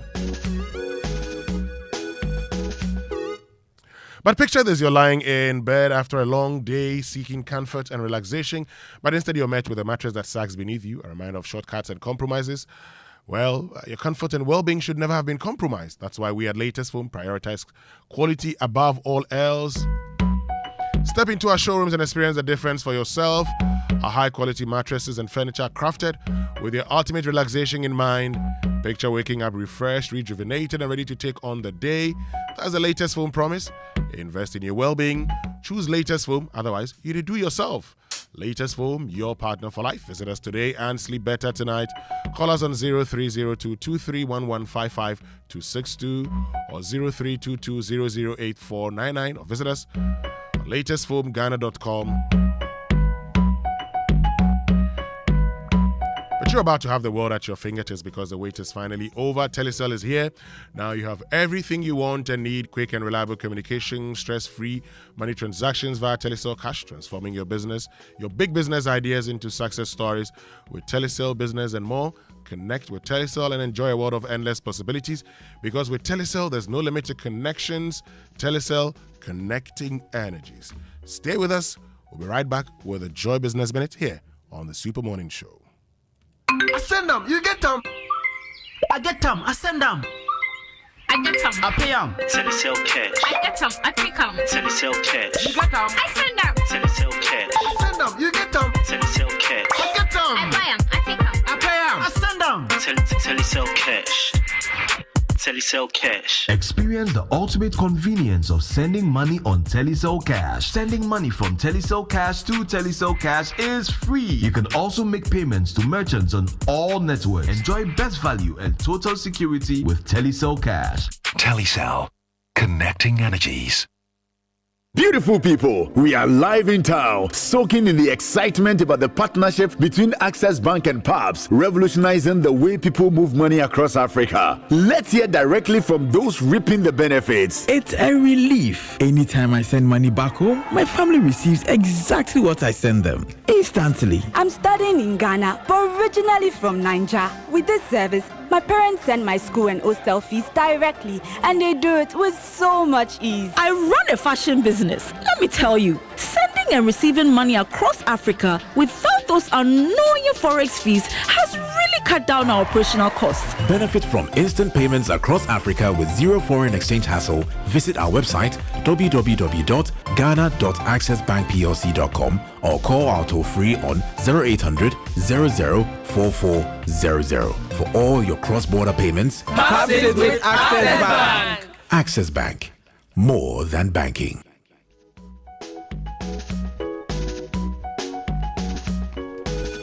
Right, so welcome back and thank you very much for staying with us here on the Super Morning Show on Joy 99.7 FM. And very soon, our friends from the Ghana Hydrological Authority will be joining us here on the Super Morning Show to tell us what they do, and what you can expect from them. But now time for the Joy Business Minute, brought to us by Consolidated Bank Ghana, CBG. We stand with you, Anointed Electricals, the generator experts, and Build Freeze solar hybrid air conditioners, superior cooling with low energy. Hello, welcome to the Joy Business Minute, brought to you by Consolidated Bank Ghana. We stand with you, Anointed Electricals, the generator experts, and Waiko Recaptal together towards tomorrow. Finance Minister Dr. Mohamed Amin Adam is now likely to present the media budget review in the fourth week of this month. This is the new date the Finance Ministry is working with. Flag bearer of the opposition NDC, John Dramani Mahama, is insisting his 24-hour economy policy is well thought through to turn around the country's dwindling fortunes.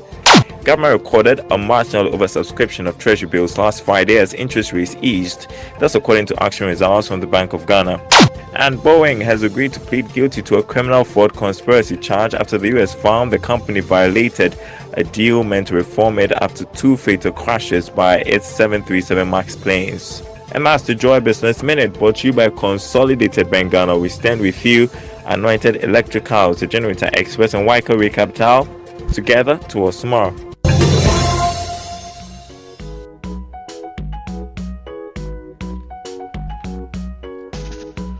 And Anointed Engineering Services Limited is into the sales of ultra-silent generators from 5 kVA to 2,500 kVA. And they undertake maintenance and repairs of all kinds of diesel generators. They also stock genuine spare parts of all kinds for various generators and do generator rentals. Now they have branches nationwide. You can locate their latest branches in Amrahia Frames Oil on the main Adentan Dodowa Road, East Legon, Lagos Avenue Road opposite Turmeric Hotel, and Tema General Hospital Road, Community 9, just after the overhead. And at Kaswa off the Wager Kaswa Road near Simaf Cement Depot. And at Odoko, where they have their head office, number 77 Anointed House off the Odoko Malam Road. Call them on 0243 480334.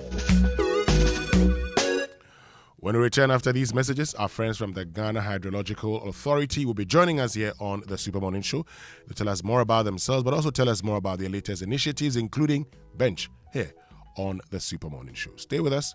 We'll be right back.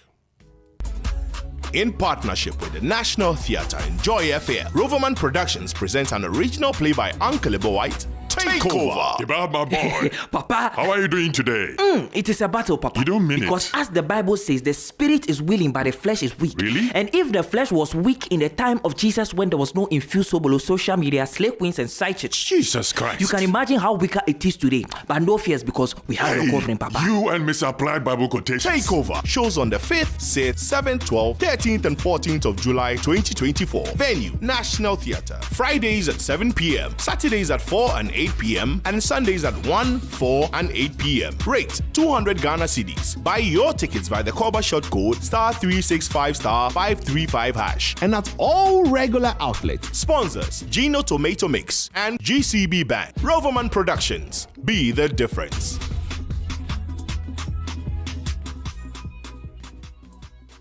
These LPG stations, do they even have permits to run? LPG stations are safer now than ever.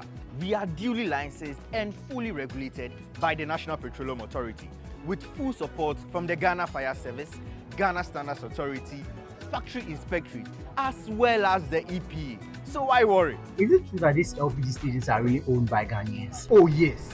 By refilling your gas cylinders with us, you're also supporting local businesses. Sikano Ekeya. Oh yes. Protect local businesses by refilling your gas cylinders at LPG stations nationwide. Attention, facility management professionals. Get ready for the event of the year, the IFMA Global Africa Conference in Ghana, August 1st and 2nd at the UPSA Auditorium, hosted by the International Facility Management Association's Ghana chapter. This is your chance to meet the world's top FM experts, thought leaders, and innovators. Immerse yourself in groundbreaking keynotes, interactive panels, hands-on workshops, and unmatched networking sessions. Explore the future of facility management in Africa's booming built environments. Don't miss out on the epic gathering of minds and ideas. The IFMA Global Africa Conference, August 1st and 2nd at the UPSA Auditorium. Be there. Proudly sponsored by Fitters Group. To register or to sponsor, please call 0558 368 544. It's the most action-packed breakfast show in town. The hottest music, the best giveaways, the great interviews, and all the laughter and fun you can imagine. Don't miss the Super Morning Show on Joy 99.7 FM. It's the best breakfast show in town. It's the most action-packed breakfast show in town. The hottest music, the best giveaways, the great interviews, and all the laughter and fun you can imagine. Don't miss the Super Morning Show on Joy 99.7 FM. It's the best breakfast show in town. Right, so welcome back, and thank you very much for staying with us here on the Super Morning Show on Joy 99.7 FM. So I told you that our friends from the Ghana Hydrological Authority were going to be joining us this morning. We're joined in studio by Dr. John Kissi, who is CEO of the Ghana Hydrological Authority, and we've been joined on phone by the chairman of the governing board, Ghana Hydrological Authority, Kwesi Enim. So good morning, Dr. John Kissi, and good morning, Kwesi Enim. Good morning, Winston, and good morning to your cherished listeners. I believe you're doing very well this morning. I'm doing very well, thank you. Great. And how about you? We're doing well. Good. God is taking care of us. Good. So let's start off with, the Ghana Hydrological Authority. And for those who are asking the question, who are they? What do they do? Right. Thank you very much, and good morning to your listeners again. Those on radio and on social media. Ghana Hydrological Authority is a fairly new institution. Ghana Hydrological Authority used to be Hydrological Services Department. And in July 2022, Parliament passed a bill, Ghana Hydrological Authority Bill, and in September, the President assented and it became an act. So we existed mostly in the backgrounds, doing a lot of implementation works for the Ministry of Works and Housing. And since we became an authority, we are making efforts, stepping out there and getting ourselves known, getting people to know what we do. And it's very important because we've reached a point where we need everyone to come on board to help us do what we do better. Okay. Now, what do we do? So Ghana Hydrological Authority, you would probably realize that when there's flooding, we tend to get a bit of bashing for those who know about our existence. So we do storm water drains. Okay. We do coastal protection works. We do hydrological monitoring. So it's our work to monitor the stream flows in our water bodies across the country. We pick hydrological data that informs irrigation, it informs water supply, it informs hydropower generation, and even water transport. So there's a lot that we do to help with sustainable development in the country. Great. And so talking about all the things you do, let's get to, some of the key projects or initiatives that are currently being undertaken by, the Ghana Hydrological Authority, particularly to mitigate the challenge of the perennial flooding, because you are in charge of some of these things. Tell us. That's correct. So looking at what we do, we have two broad categories. We have what we call the structural measures, and we have the non-structural measures. Now, the structural measures is when we undertake engineering projects to mitigate flooding. So I've talked about the stormwater drain. So we have a team that designs and also supervises implementation of drainage works across the country. The structural measures also include desilting. We have what we call the National Flood Control Program. Under that program, we have the silting works, dredging works of our major waterways or water bodies to ensure that we have the capacity of flow. Then we also have the what we call the priority project. So the priority project, for example, we have GARID, the Greater Accra Resilient Integrated Development Project, that is looking at one of the catchment, the most significant catchment in Accra. That's the Odor catchment. So that's the priority dimension of what we do. We also undertake coverage. Sometimes you find that a place will flood, and you go and check and find out what's going on. There's a coverage which is probably undersized or which is blocked by debris, and we have to clear, or sometimes we have to redesign it. So that is another dimension. Then we have the coastal protection works, which focuses on preventing coastal erosion and tidal flooding.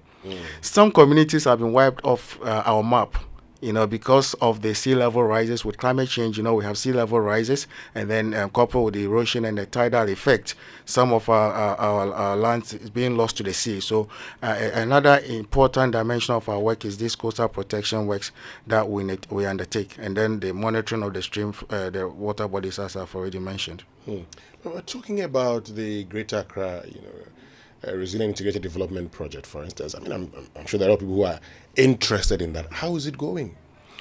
Yes, that project has had a lot of challenges, but it's we are making progress. You may recall, excuse me, you may recall in the past couple of weeks we sought to commence work at Nima.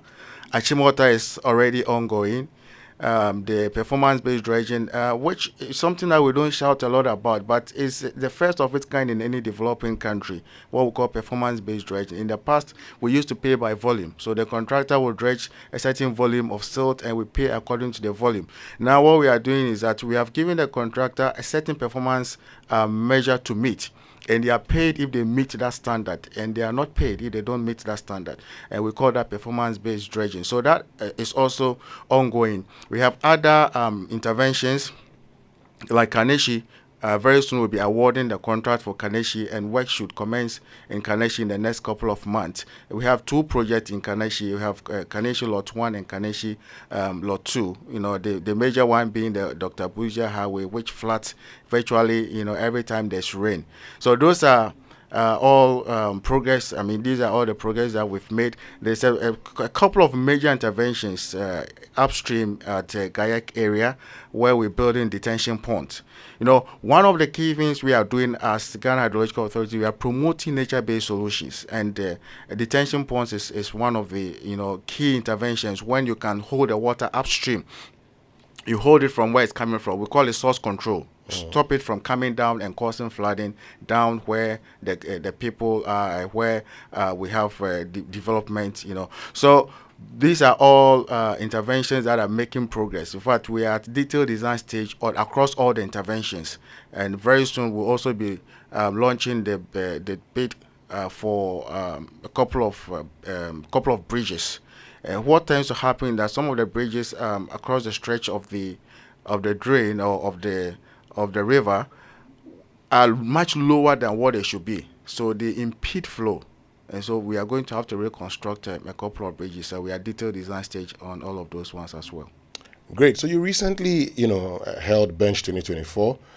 Tell us what it was about and what were the most significant takeaways from the Hydro Day that you believe will shape the future of flood mitigation in Ghana. Well, thank you. Thank you very much, Weston. The Bench stands for Built Environment National Conference on Housing and Hydrology. So it was a 3-day program from 2nd July to 4th of July. The first day was the Hydro Day, and the focus on that day was to tackle these issues that we have, the hydrological challenge that we have, the perennial flooding challenges that we have, the coastal erosion challenge that we have. The significant thing that happened on the day was the launch of the National Hydrological Fund. Talking about the drainage challenges we have across the country, we are not going to deal with those challenges with the budgetary allocation that we have every year. And so the Ghana Hydrological Authority Act incorporated or had the National Hydrology Fund, and the idea of the fund is to encourage private sector participation, encourage individual citizens, companies to put something in the fund. The government started or led the way by putting in 1.5 million cedis as seed money. And out of that, we intending to reach out to everyone, our development partners, banks, civil society, communities, to also put something in to help deal with this enormous challenge that we have. The scale of the challenge is huge. I mean, and we have to do something differently. We have to do something drastically different to be able to tackle the kind of challenge that we have. We are not going to solve that problem leaving it on the government alone. Okay. It has to be a collective effort. And so the other dimension of the significant event of the day was also talking about collaboration. The whole conference itself was mostly on collaboration. How can we all, put our hands on deck and get this challenge addressed? And that, so these are some of the factors. We had people from civil society speaking. We have people from banks and, our key partners working with us from we have some academicians, on board as well, looking at what innovative measures can we implement to deal with this challenge? Financial, innovation in terms of getting some funding in to deal with this challenge. But how does, how do you plan to involve local communities in the flood mitigation projects? Yeah, thank you very much. That's a very important question, because we cannot deal with these issues alone sitting in our offices. People in the communities, they know the scale of the challenge. They know what they are facing. They live with it every day. And so their perspectives, their understanding of the issues, their experiences of the issues. So even when we have to do a project, we need to find out from the people in the community, when it rained the last time, what level did the water rise to? When it rained the last time, how far did the flooding, what was the extent of the flooding? We use all that information from the community to validate the models that we develop, before we develop solutions. We also need the community to be part of the conversation. Like we are saying, it's not a solution. The solution does not lie with government alone. The solution lies with all of us. So we need a community to be part of the discussion where people are building in waterways. There are some communities that have risen up and said, no, you can't build here because you're going to compound the flooding challenges that we already have, or you are going to create challenges for us. So the community involvement is so important, to provide us vital information to help with our designs, and also to help to safeguard some of the few waterways and the wetlands that we have, and make sure that people don't also encroach on drainage buffers, because these are the things that compound the challenges that we have. Great. Let me say that we've been joined on the phone by Kwesi Anim, who's chairman of the governing board of the Ghana Hydrological Authority. In studio is Dr. John Kisi, who is chief executive officer, and we've been talking about what they stand for and all that they've been doing. Thank you very much, Kwesi Anim, for joining us. Thank you, sir. Great. Let me just find out from you briefly, because I hear Dr. John Kisi talking about a lot of the things that you have to do. But, we know the times that we find ourselves in, giving all the financial, challenges the country is facing. How are you going to finance all these projects you talk about? That's a brilliant question. So basically, we're going to be looking at the policy or a principle called the polluter pays. This has been accepted all over the world. And polluter pays is very, very basic and simple. The polluter pays, as the name, the line connotes. So, what is polluter pay again? If you are importing anything into the country, fridges, anything, packaging stuff, anything that you import, you are coming to create waste. So, we are going to look at how to actually impose a levy on imports. We are looking at private and also industrial or businesses to actually pay for what they pollute, because let's face it, every household or business actually dumps wastewater in our sewage. If you look at the water billing in Ghana, there is no component for sewage. And so where does your water, where would your water go? Everybody dumps waste. So that has to also be a way of, there's got to be a way of levy or taxing them. And when you want to finance these projects, it has to come from, if you want sustainability, it has to be, the sources have to be reliable and predictable. We can't just be on the mercy or the largesse of individuals or maybe even companies. We have to have polluter pay, something that you are due. You are responsible for. You have to pay. That's how we're going to look at it. But we are not professionals in fundraising, so we are going to actually outsource the funding arrangements to people that are well versed in these type of financial arrangements and financing sources, and we'll bring it to the people of Ghana, because let's face it, we are all stakeholders. The Ghanaian is the stakeholder, and we have to find a way to pay. All right, thank you very much, Kwesi Nim. But finally, Dr. John Kisi, so you've talked about the role that the local communities would have to play. How can the media support you in achieving, your goals and objectives? Thank you very much, Winston. Definitely, we can't do this without the media. We cannot do this without the media. And we need the media to work with us. We need the media to help us with our education of the communities, because, one of the things that we want to do is public education. We need social and behavioral change in this country. If we are going to raise the funding to invest in building, bigger capacity drains, and we are going to end up with rubbish in those drains, we're still going to get flooding. So if people are going to continue to build on wetlands, once you build on a wetland, you are displacing large volumes of water that you're supposed to sit on the wetland, and that will end up in people's homes. So please help us. We would like to partner with you. If you can give us some time each week that we can come and address a particular issue, one area that you can help us to encourage people not to pave, every square inch of their compound. Encourage people to adopt nature-based solutions. There are simple things that people can do if they can disconnect their down pipes instead of rainwater coming down from their roofs and ending up in our public drains. If they can disconnect that and put it in a water tank, and it's good. It saves it keeps some water for them that they can use for potable purposes, and it helps to reduce the discharge into the public drains. These are areas that you can help us, and I hope that we can work together on this. Thank you very much. Thank you very much, Dr. John Kisi. Of course, we can always work on that. He's CEO of the Ghana Hydrological Authority. You also heard from Kwesi Nim, who's chairman of the governing board, Ghana Hydrological Authority. Thank you very much for joining us here on the Super Morning Show. When we return after these messages, I know there are many of you who are interested in the conversation about the loss of trust in our public institutions, what it means for us, and what the institutions themselves are doing in restoring trust. We'll be right back. Super Morning Show.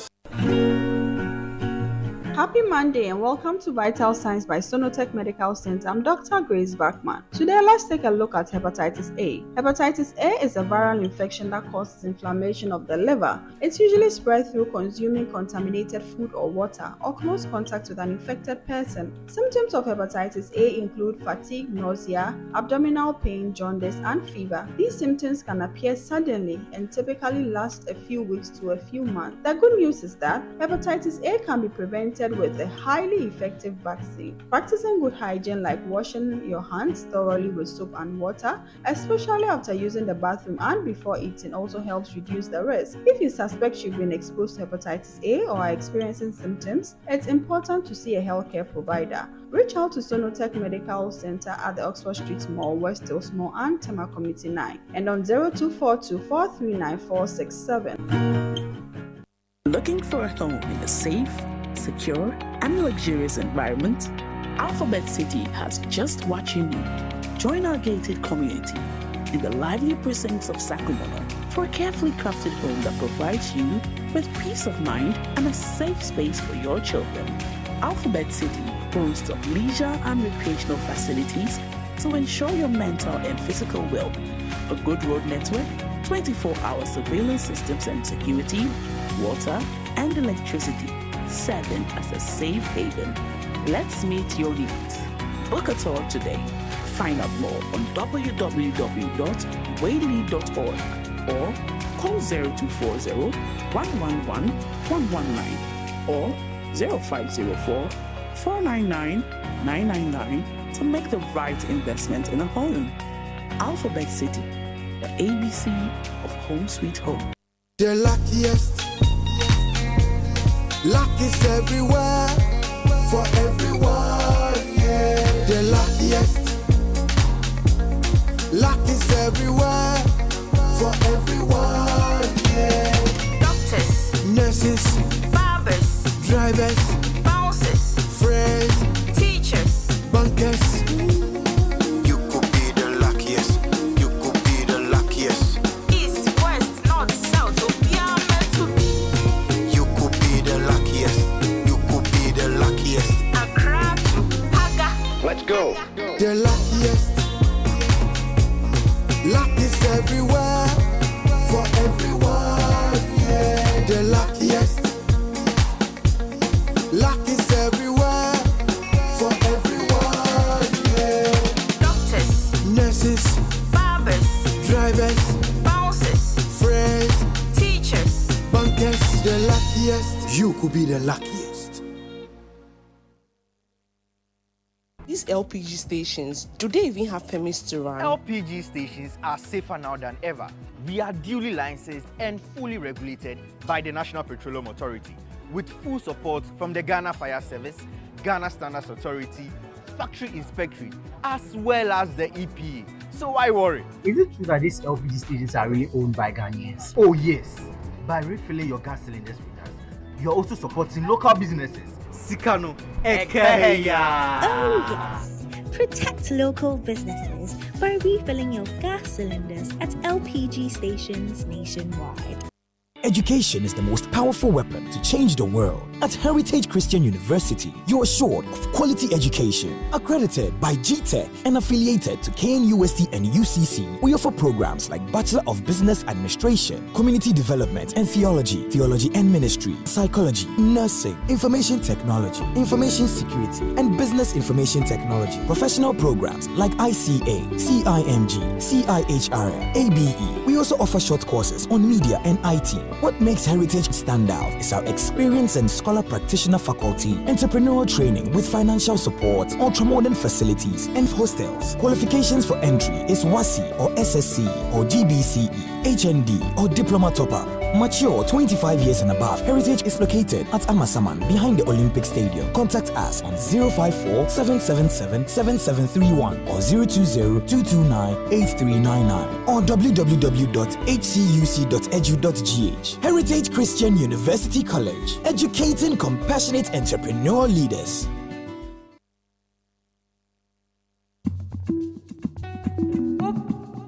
Coffee in your cup.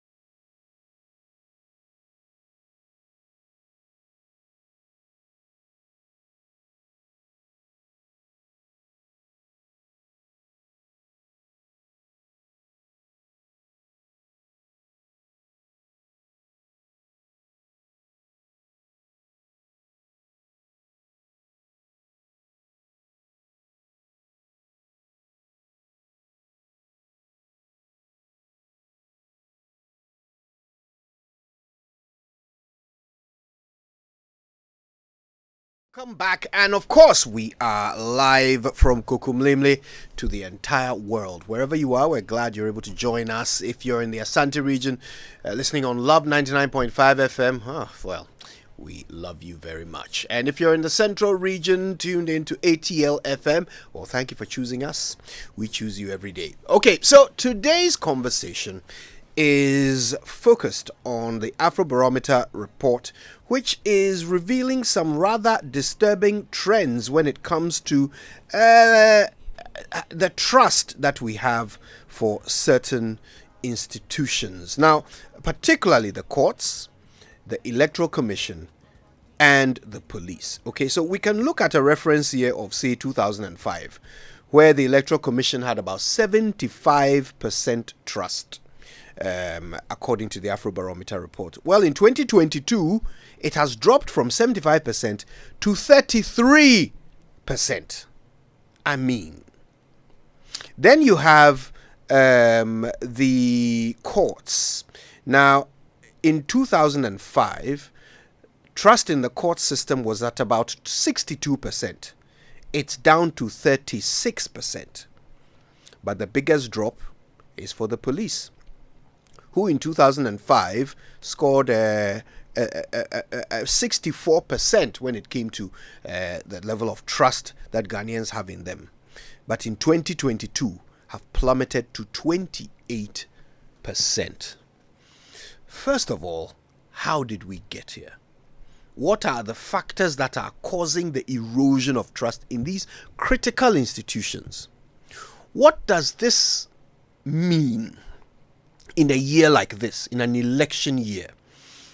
And what should these institutions be doing to regain the trust in a way that will ensure that that overarching asset of peace that this nation has enjoyed for the entirety of its history will be maintained?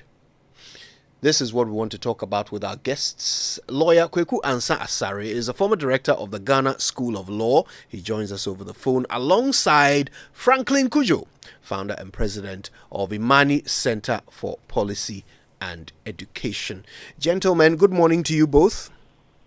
Good morning. How are you? Very well indeed, and so glad that you could join us. Now, Lawyer Ansa Sari has an appointment in court this morning. So, if it's all right with you, Franklin, we're going to start with Lawyer Ansa Sari, just so that we can let him set off for court as quickly as possible. So, let's start from the beginning. First of all, are you surprised at this outcome of the Afrobarometer for 2022? No, I'm not surprised at all, given the assessment of the objective conditions on the ground. But I'd like to situate the discussion in context. Let me begin with the court. If you take the statistics, 1999, 58%, 2005, 62%, 2022, 36%. Now, who was in power in 1999? Gigi Rawlings. Yeah. 2005, Kufuor, that the period, I'm not specifically mentioning 2005, 30, but the period. And then 2022, maybe after Kufuor, down to 2022, will be John Mahama, Mills, Nana Akufo-Addo. Now the fact is, my brother, how will the populace have confidence in the judicial system when, for instance, the highest court of the land, the Supreme Court, is all too predictable in the outcome of its judicial proceedings or deliberations? All too predictable. People already know who will win and who will lose. The litigant, the litigating public will not have confidence. How will the litigating public and the general citizenry have confidence in a system whose head is perceived to be violating or permitting the violation of the constitutional processes of nominating the other justices to the Supreme Court. When the Attorney General is caught on tape telling an accused person he himself has caused to be arraigned, telling that person to go and procure a medical report to excuse his absence from court in a judicial proceeding, the highest minister of justice in the land, how will the populace have confidence? Or when they hear the Attorney General telling an accused person that you help me because the president, I'm under pressure to secure the conviction of the other accused person or persons. How would the litigants, have confidence in such a system? Lawyer Ansari, it's probably worth mentioning. It's probably worth mentioning that. Lawyer, it's worth mentioning that the examples you're giving happened in 2024. This is a 2022 report. Do you still think that they are related? You see, and then I'll give you one practical example. There is a chief technical case and the Kwapim with regard to who is the proper person, to mount the Okwapini stool. The matter has gone up to the Supreme Court. The Supreme Court has made a pronouncement on an application brought by one of the persons who was convicted by the lower court. First of all, after the conviction, the judge was transferred from Koporigua to Soutuum. Do you understand Soutuum? It's a mockery of justice.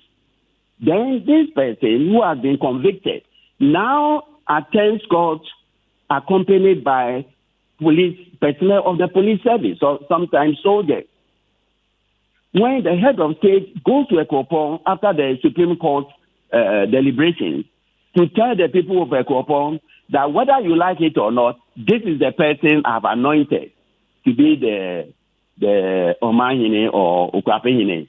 Tell me how the people of Ekopon will continue to have confidence in the system or remain loyal to the constitutional processes. They will not. And the examples are legion. I can go on and on and on. But in order for the people to have confidence, we must have a very strong judiciary capable of not being interfered with. They must make sure that the independence guaranteed them by the Constitution prevails. Unless they are able to do that, the general populace will not have confidence in them. I can give you many more examples, but as far as I'm concerned, the perception out there is a loss of confidence in the system. The people, the confidence we already had in the past, or previously, we erode. And this accounts for the continuing erosion of the people's confidence in the judicial system. So, to your mind, what is the cure? The cure is insulation of the judiciary from political interference. The judiciary must be insulated. And the personnel of the judiciary and the judicial service must remain loyal to the Constitution. When Akukosa was sacked by Nkrumah for being disloyal to him, he reminded him, Mr. President, my loyalty is to the Constitution, not to the President of the Republic. He was praised by Sarkodie. Nkrumah wanted Sarkodie to do his bidding. Mr. President, I'm sorry. My loyalty is to the Constitution. Unless we have many more of such bold spirits in our system, the cure, the prescription will be worse than disease. So it is up to the personnel, it is up to the Chief Justice to remain loyal. If it is not within the prerogative of the Chief Justice to request nomination for elevation to the Supreme Court, she should not do that. The Chief Justice is the head of the judiciary. The plain language of Article 125, Clause 4, the head of the judiciary. And in the celebrated case of Kunyanya and others, that is the Chief Justice Archer and others, they made it quite clear in his opinion that the Chief Justice head of the judiciary cannot play second fiddle to the president because he's head of a separate branch of government. Now, where is the current practice? We have sitting justices seen or caught dancing with the executive arm of government. The people's confidence will be eroded. I have seen pictures where at entertainment or receptions, you find justices of the Superior Court arm in arm with the president dancing. My brother, this person, the people say, hey, so if I go to court against Dobe, what happens? You've lost. Even before, one might have filed a protest.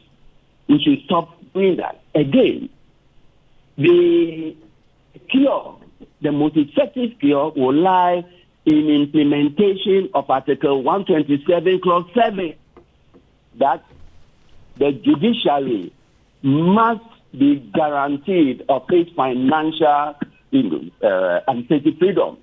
In the administration of financial estimate, it must be to the Constitution. The Chief Justice must submit the estimate of the judiciary to the to Parliament.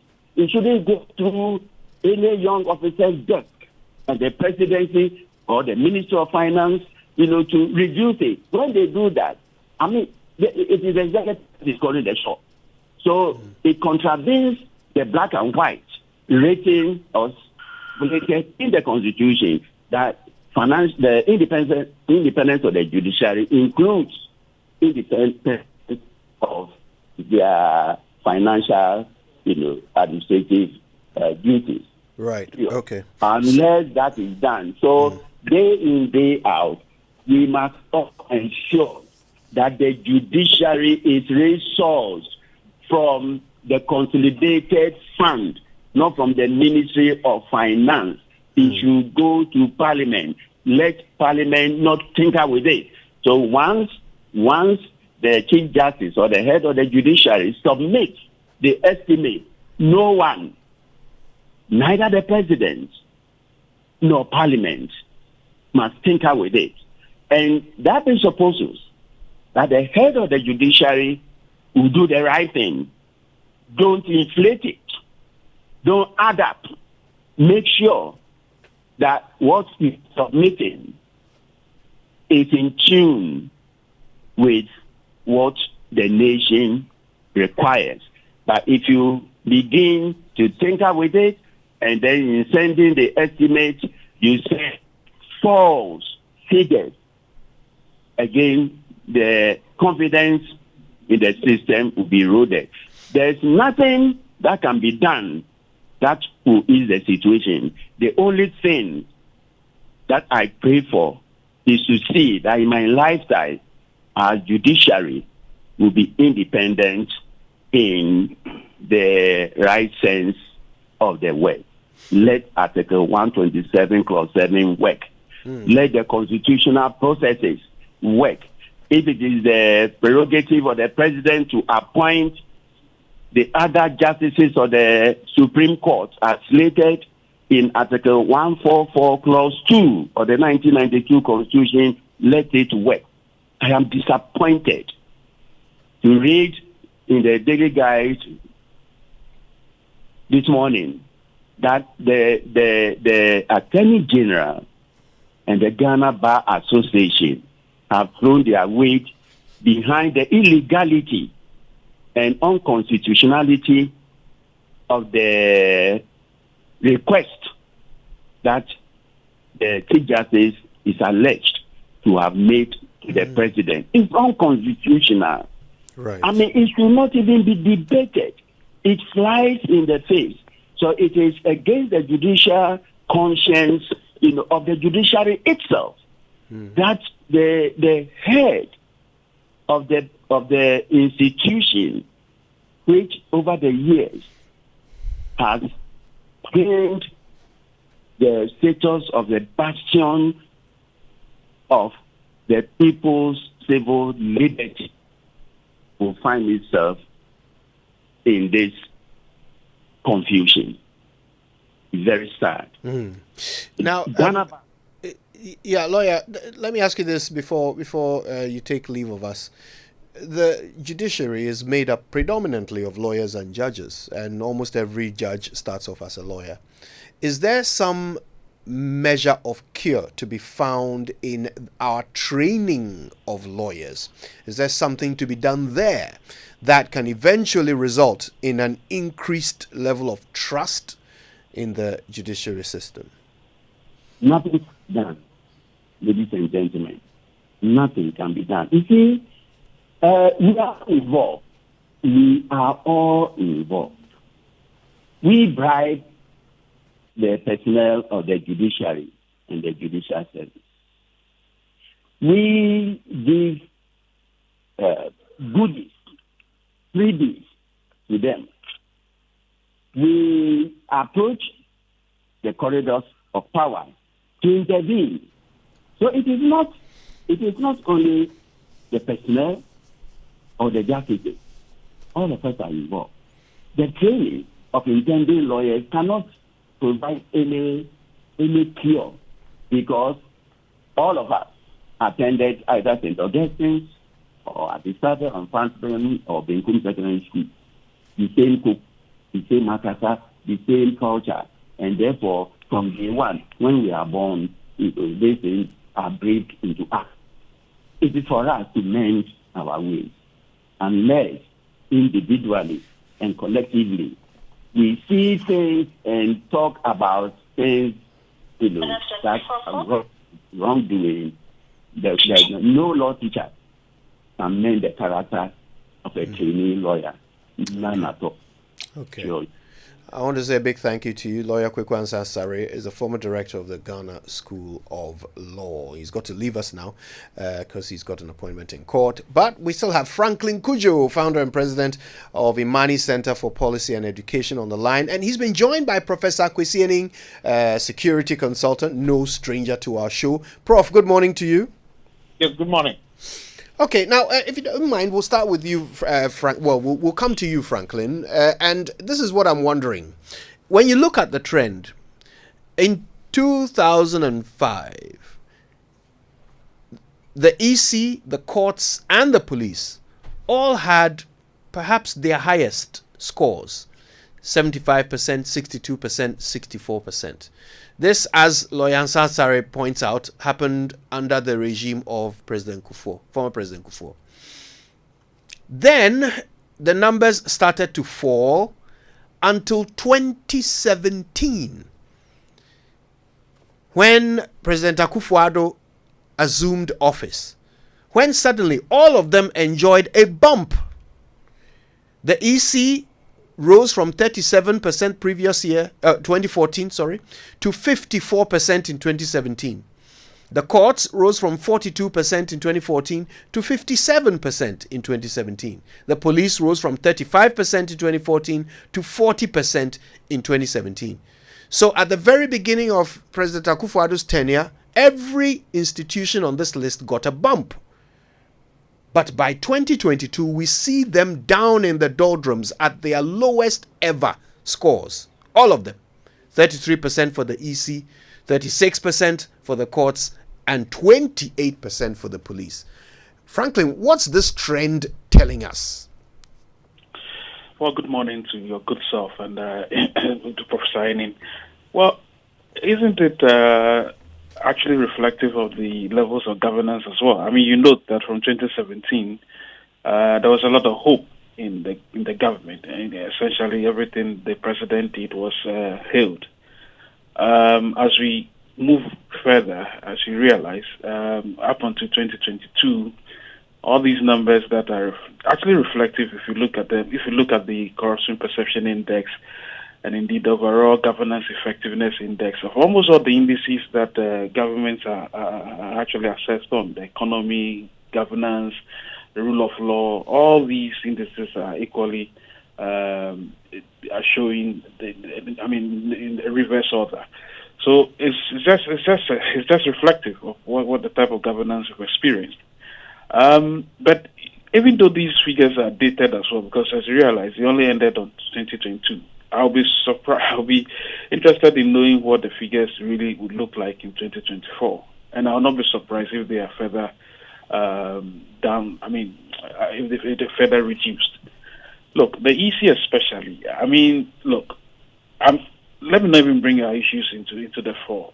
Look at the way the EC relates to its own stakeholders, right? Every now and then there are challenges to its own decisions that it makes, sometimes without proper thinking. They issue directives and say, oh, we only have district elections in certain particular areas, offices. Then they somehow, keep postponing or withdrawing and then issuing directives that really just don't make sense. So I think largely the EC has brought this upon itself, the way it relates to its stakeholders, the way it even staffs some of its critical institutions. Isn't it the case that the IT department has been, people have been quibbling over the fact that the EC, as we speak now, is made up of, at least at the leadership level, is made up of people who are just pliant of the current government. And so there's deep suspicion, not just by the political parties, but ordinary people as well. So let's not be surprised by this revelation at all. So for me, I'm not entirely surprised.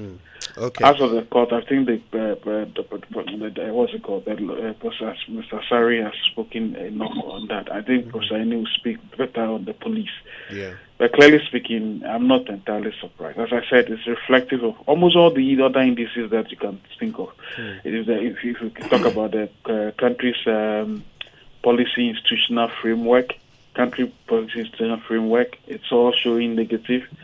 The economic indices, whether be the World Economic Forum's CEI, or the Doing Business Index, or the Heritage Foundations, or the Economic Freedom of the World Report of the Fraser Institute, all these indices are showing that things have not gone well at all. So you can't quarrel with this data at all. Now, I don't know if you find it significant, since we're talking about the EC, that in reality, this is a time when the EC has been far more accessible than ever before. After this white building, there's a 10 to do. I'm sorry? Sorry, I think that was profaning there. But Franklin, I'm asking about the EC. That, there's never been a time when the EC has been more accessible, more media friendly. Sribo Kwaku is available on all networks, talking about all kinds of things, explaining all sorts of things. EC chair herself often engages the media, and other commissioners are very often heard, answering questions and so forth. Is it a surprise that at a time when they are engaging the most, they are trusted the least? It depends on what you are communicating, really. It's like, what did they say? More haste, less speed. If you are communicating virtually nonsense, it doesn't necessarily mean that people are listening and listening right. So people could be saying all sorts of things. Look at the way the EC herself, the chairman herself, carries herself. How many people guard her? Before she gets to a particular place, there are soldiers, there are policemen. What is this? So the image you send across, the fact that you don't even want to sit in the witness box, in order to answer questions concerning an election. These things tell people that, yes, you may be communicating, you are present, you are there, but you're actually not communicating anything sensible. So for me, I'm not entirely surprised about these figures once more. So it's not about the accessibility, it's exactly what you are communicating, right? You get inspired when Silver speaks.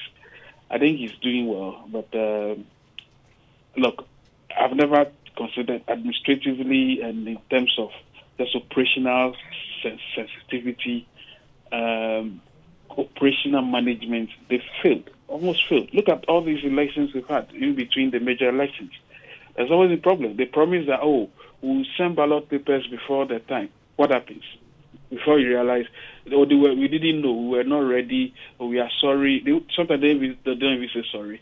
The ballot papers got there late and just that, and then they just leave it like that. So they are present. You can see boxes going around, flying around, but are they getting there on time? You can see Mr. Silva speaking, but is he speaking authoritatively and communicating properly? That's the issue. Yeah. Now, Prof, I mean, this is a very sensitive year. To get such poor results, especially for these three key institutions, is problematic. But the police, I wonder if you're as surprised as I am. Because the police, I mean, historically, their scores have never been that high. But was there not a certain perception, at least in 2022, under the new IGP, that the police's image was being cleaned up? How do we explain their lowest score yet?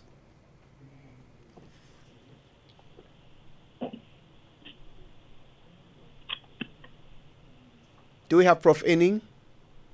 Oh, yes, I'm here. Yes. Sorry, that question was for you. Shall I repeat it? Yes, please. Okay, so I was wondering whether you were surprised at the score of the police, bearing in mind that even though they've historically scored quite low in the Afrobarometer report, in 2022 under the current IGP, the general anecdotal view was that the police was cleaning up its image. Does it surprise you that in 2022, according to the Afrobarometer report, they have scored their lowest yet? No, it's not surprising because Dr. Dampare had taken over just about 9-10 months prior to the study being completed.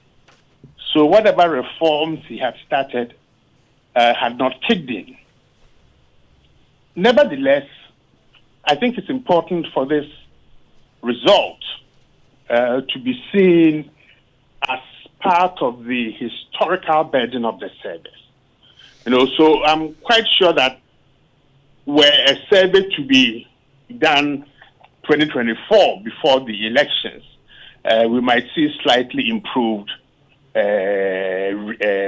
ratings. But Dr. Dampare has been fighting an uphill battle throughout. Let's not forget that the challenges within the police service go several years. Political manipulation, an institutional culture of graft and intimidation, bribery, from junior to the very highest leaders. And I can tell you, if you ask road traffic users and the levels of extortion still on the roads, I routinely report, such cases, video them, and then, send them up the chain. But I think this should be taken purely as a wake-up call to Dr. Dampare and the institution as a whole to continue to strive to improve their service. So, in a year like this, seeing these results across these three critical institutions, the lowest yet for all three of them, how in terms of as a security analyst, how does this strike you? Are we perhaps in a precarious position leading into an election with such scores? Yes, and let me explain.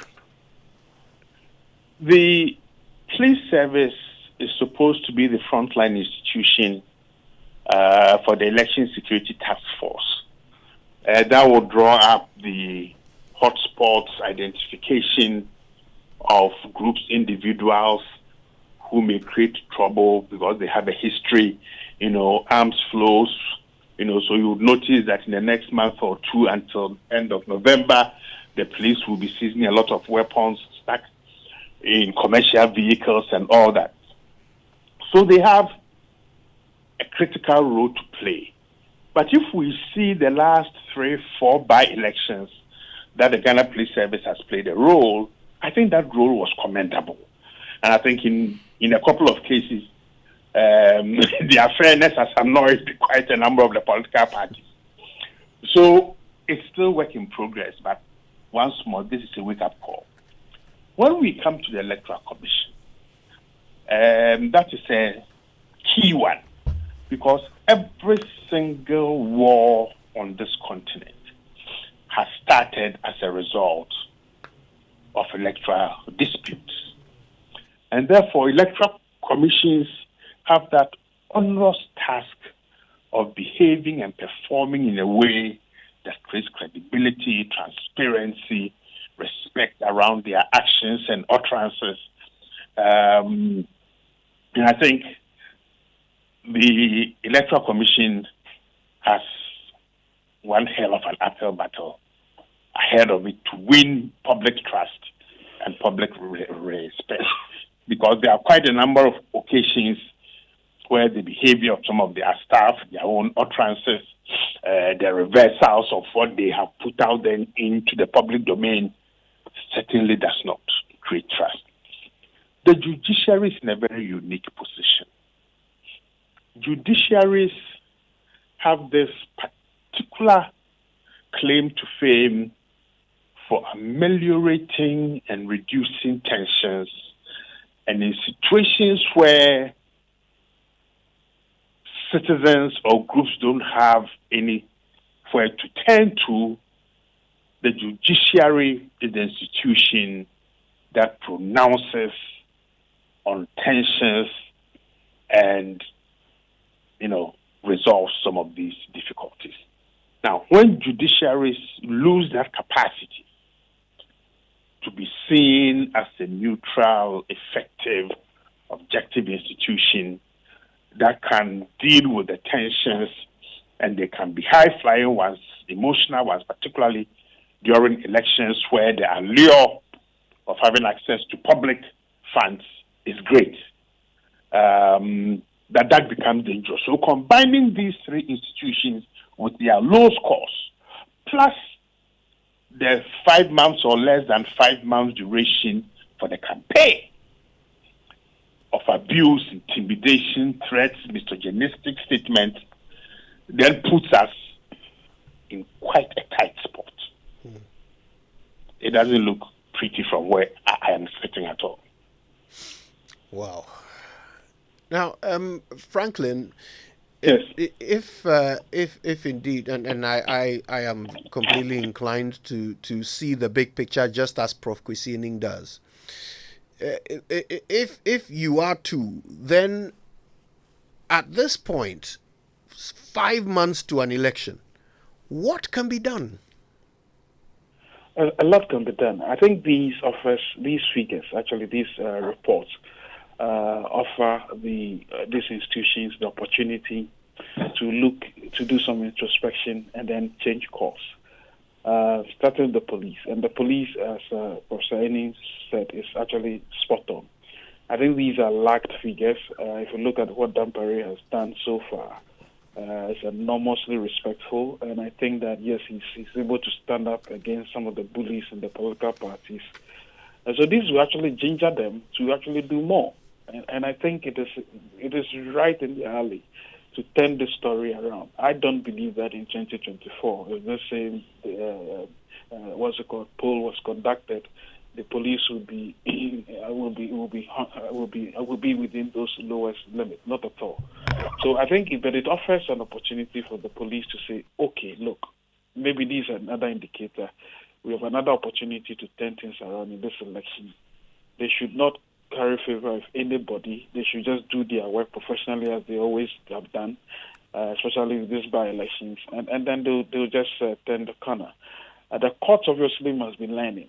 I mean, look, there was a time I was in court, this is the Supreme Court, And I was wondering the way the judges were heckling some of the lawyers, and I asked, "Is that what happens here?" Someone said, a lawyer sat by me and said, "Oh, the of course, High Court on one. They can even get and come and battle you." And I was like, "Wow, really?" Wow. I mean, sometimes you hear a judge make a pronouncement like, "Oh, you are not neutral." You go, and I'm asking myself, do these things happen in civilized places? No, not at all. Look, the courts must be seen to be the arbiter of the truth and justice, really. And if I decide that, if I have doubts about the court, even some of the rulings, some of the things I hear about, I get worried, right? And sometimes when you even challenge them, some of the rulings, maybe you are held before the court because of contempt. You know, civilized jurisdiction, these things don't happen. People criticize the courts fairly and squarely, and then we grow, right? So I think it's an opportunity for the court to also distinct itself. Of course, because the way it appears now is as if the Attorney General is, the courts are at the beck and call of the Attorney General. He goes around, sways around, says all sorts of nonsense, and it's allowed. You know, look, we don't run a country like that. Look at what happened to Dome level. I think the Supreme Court took too long to rule on that matter. Those are urgent matters. So it makes it difficult now for when the Supreme Court now says that, I want additional judges because there are cases before us. There are some more important cases before us. I mean, some lawyers have told me, not the cases they actually are talking about are piling up. Actually what? Requests for time, amendments, and all of that. They are not real cases, you know, so they also need to deal with those matters to deal with the optics of being seriously taken. For the EC, it's an opportunity to, again, do an introspection and see they should come full circle. They should tell the stakeholders this time around. We want to have the elections with you. You see, they are acting on behalf of us. They are not overlords of us. So if you are going to organize an election for people and people are telling you that, look, the places you are asking us to come and register are too far off, just accommodate them and understand that these things should be done. Collation centers. Don't go and organize regional collation centers. Your own predecessor has told you that. That was not, even if it was received wisdom, it was bad advice. Don't do things like that. Just take the people along. Of course, political parties will be stubborn. They'll be obviously sparring over for inches or whatever if you allow them. But you should be the one standing tall. That, look, this is the way I want to organize these elections. Come and let's do it together. You are not the one. In fact, I've said that organizing elections in this country is not difficult at all because also they have the money to do it, and the EC's budget typically sometimes are not approved properly. That's what we found out. So they can rig procurement rules and do all kinds of things, and they can get away with it. But this time we are organizing an election, and this is a nail-bitingly close. It's going to be a nail-bitingly close elections, if what the polls are saying. And so you should be careful how you actually administer these elections. It will not be just like the other elections at all. And they should be seen to be communicating properly, communicate well, and not just be seen as being around. Okay. Now let me bring in Professor Kwesi here. So, Prof, you talked about it not looking pretty. Not looking good for the country. But let's look at the kind of risk facing us because of the Afrobarometer. What is ahead of us if these figures don't improve, bearing in mind that we're in an election year? Well, they won't improve this year. I mean, they simply can't improve because some of the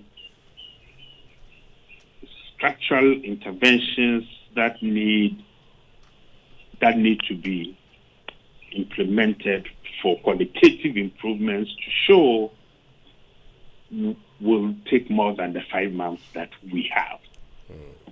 And I think for all three institutions,